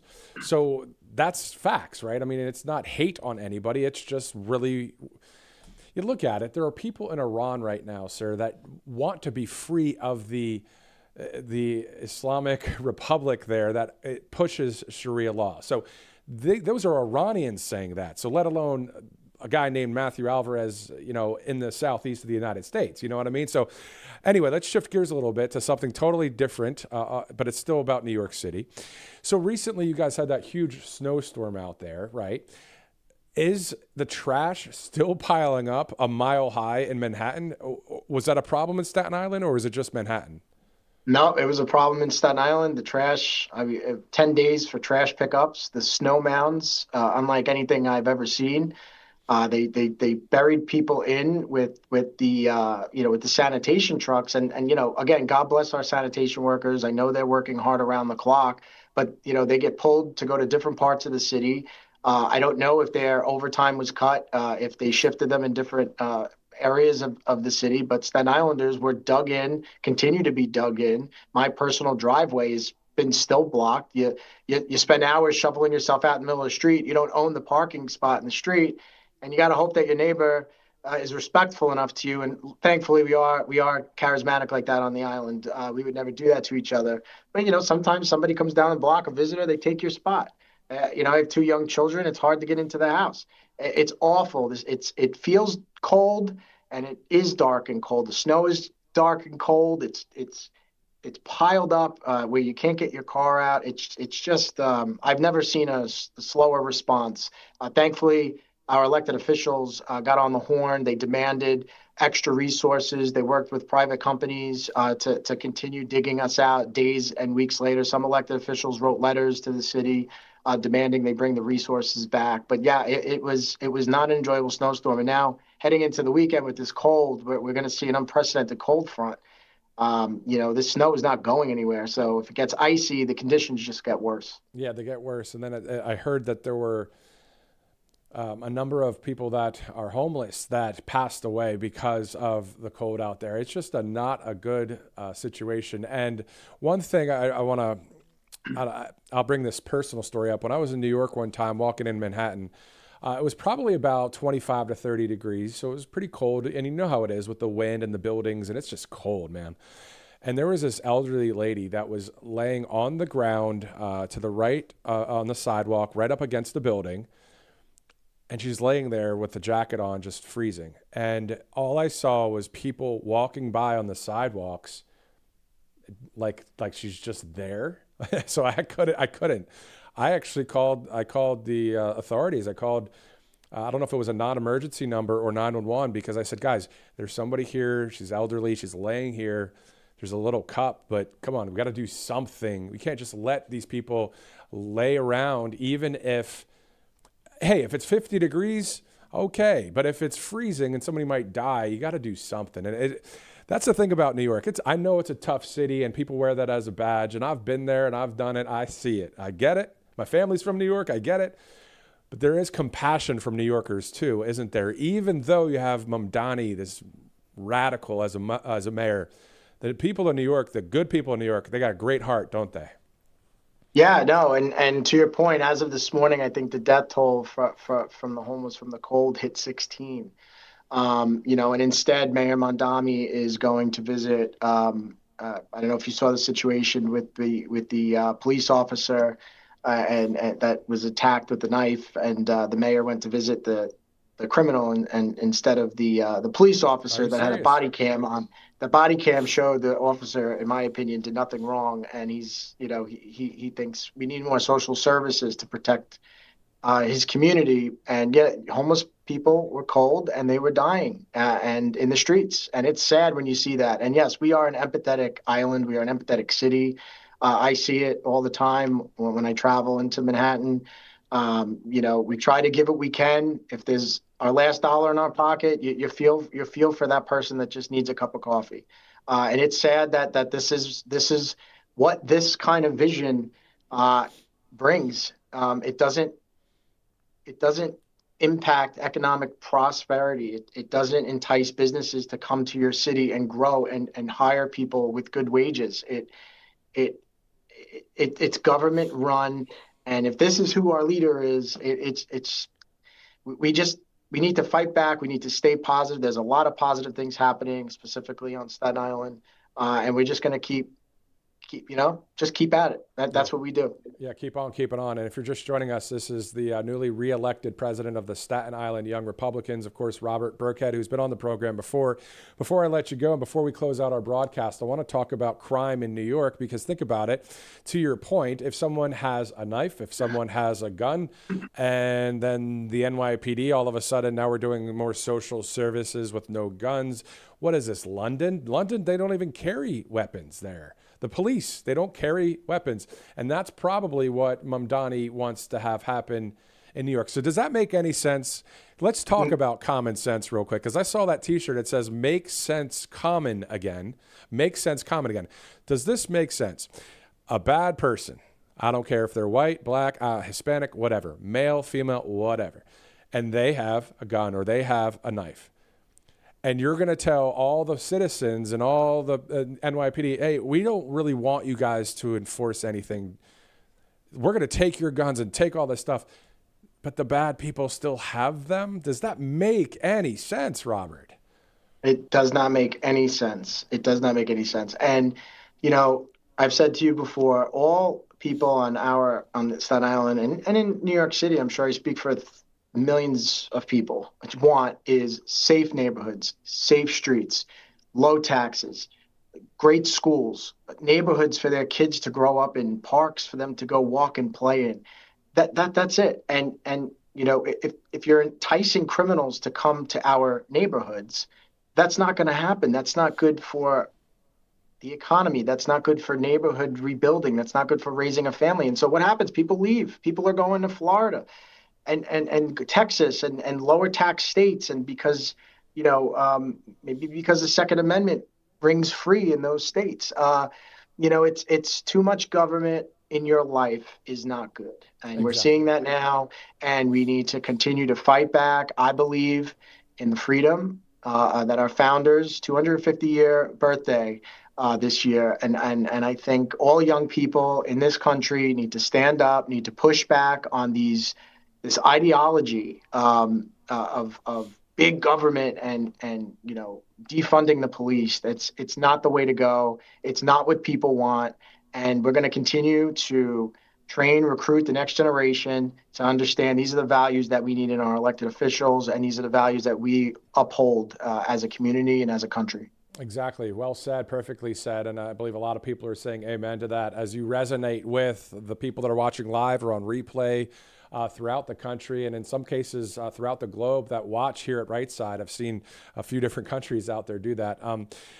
Last point, Mamdani really wants people to probably live in fear too. Let's take away all your weaponry. Let's take away the NYPD from, them not having weapons. I'm not saying that's what Mamdani has said, but at the end of the day, he wouldn't mind London's police force being just like New York's. But isn't that a tactic that communists do? It's just a fear tactic. Man, you got to rely on us to save the day. I think so. I think, and then it's not good morale for the police officers too. I mean, I know people that retired from the police department, and it's not good for their confidence to go out and protect neighborhoods if they don't think their city is going to defend them. If, God forbid, they get into a situation where they need to use self-defense or protect the community. I think even if you don't use the words defund the police, by saying that you're not going to increase the police force when crime numbers start to increase, you're defunding the police, or you're not funding the police. So, I mean, common sense, I don't know what you call it, but it's not funding the police. And it certainly does the city an injustice. I think we need more police. I think, police officers in our community, they're one with the community. You go to community meetings, they talk to you about what's going on. They have holiday events. They give out toy drives. I mean, these people are great people that put on badges every day to keep us safe, and they leave their own families to serve.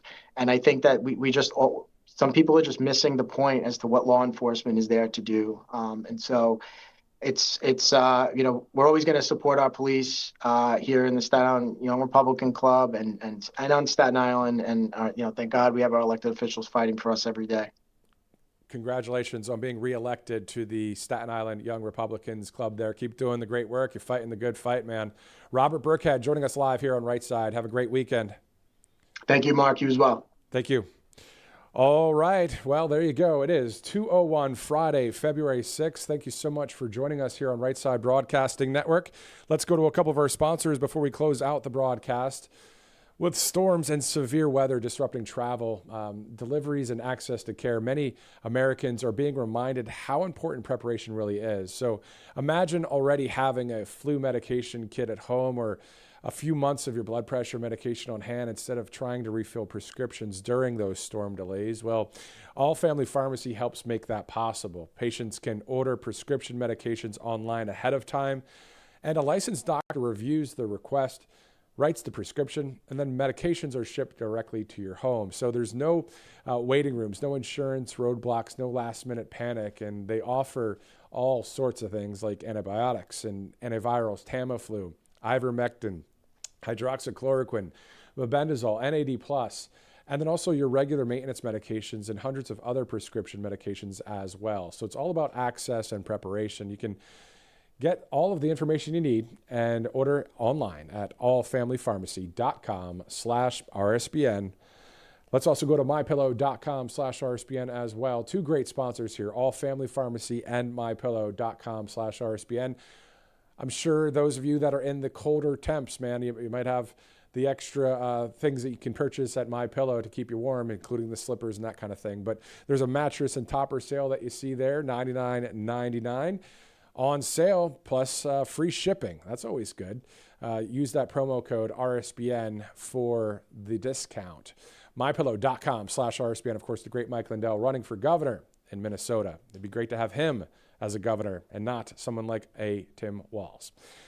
All right, so it's 2:03 Eastern. Just a shout out to My baby, she's 1 year old. She chose this tie today. I said, what tie do you want Daddy to wear? She chose this color. God, family, country. Let's keep going for it. Thanks so much for joining us. For all of us at Right Side Broadcasting Network, I'm Matthew Alvarez. Have a great weekend. And I don't think you'll be watching Bad Bunny, but if you do, have fun. See you later. Welcome to Right Side Broadcasting Network, your trusted conservative news outlet. At RSBN, we deliver the truth when the mainstream media falls short. Since 2015, we've proudly broadcasted every single one of President Trump's iconic MAGA rallies, bringing you the excitement and energy live before anyone else. By watching RSBN, you get an unfiltered front row view of the action on the ground. We interview the crowds to give a voice to millions of Americans just like you. We show you President Trump's speeches in their entirety, free from interruptions and censorship. We cover the stories that matter to you with the integrity and passion you deserve. Thank you for choosing RSBN as your home for America First News. Together, we stand strong, united, and informed. So join us and be part of the right side of history. Hey y'all, it's Silk from Diamond and Silk Chit Chat Live. Look, don't forget to watch my show right here at Right Side Broadcasting Network, and I want you to support Right Side Broadcasting Network. It's imperative that you do so, okay? Bye-bye.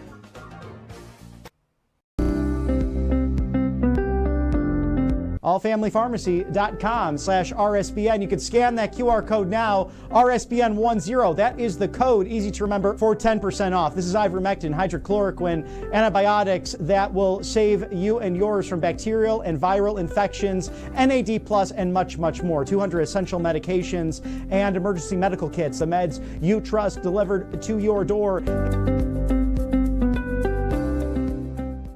It's finally here, our second annual mega sale. This sale only comes around once a year, so take advantage of the best offers ever while you can. For example, save 50% on our Giza Dream bed sheets, as low as $29.98. And for the first time ever on TV, MyPillow mattresses and MyPillow mattress toppers, as low as $99.98. And you save 50% on our Lux Pure 6-piece towel sets, regular $69.98. Now only $39.98. And our best-selling standard MyPillows, regular $49.98, on sale for $17.98. Wait on it, mega sale, only $14.98. So go to MyPillow.com or call the number on your screen. Use this promo code to take advantage of our second annual mega sale. But wait, there's more. To make the mega sale even more special, when you order right now, your order's going to ship absolutely free.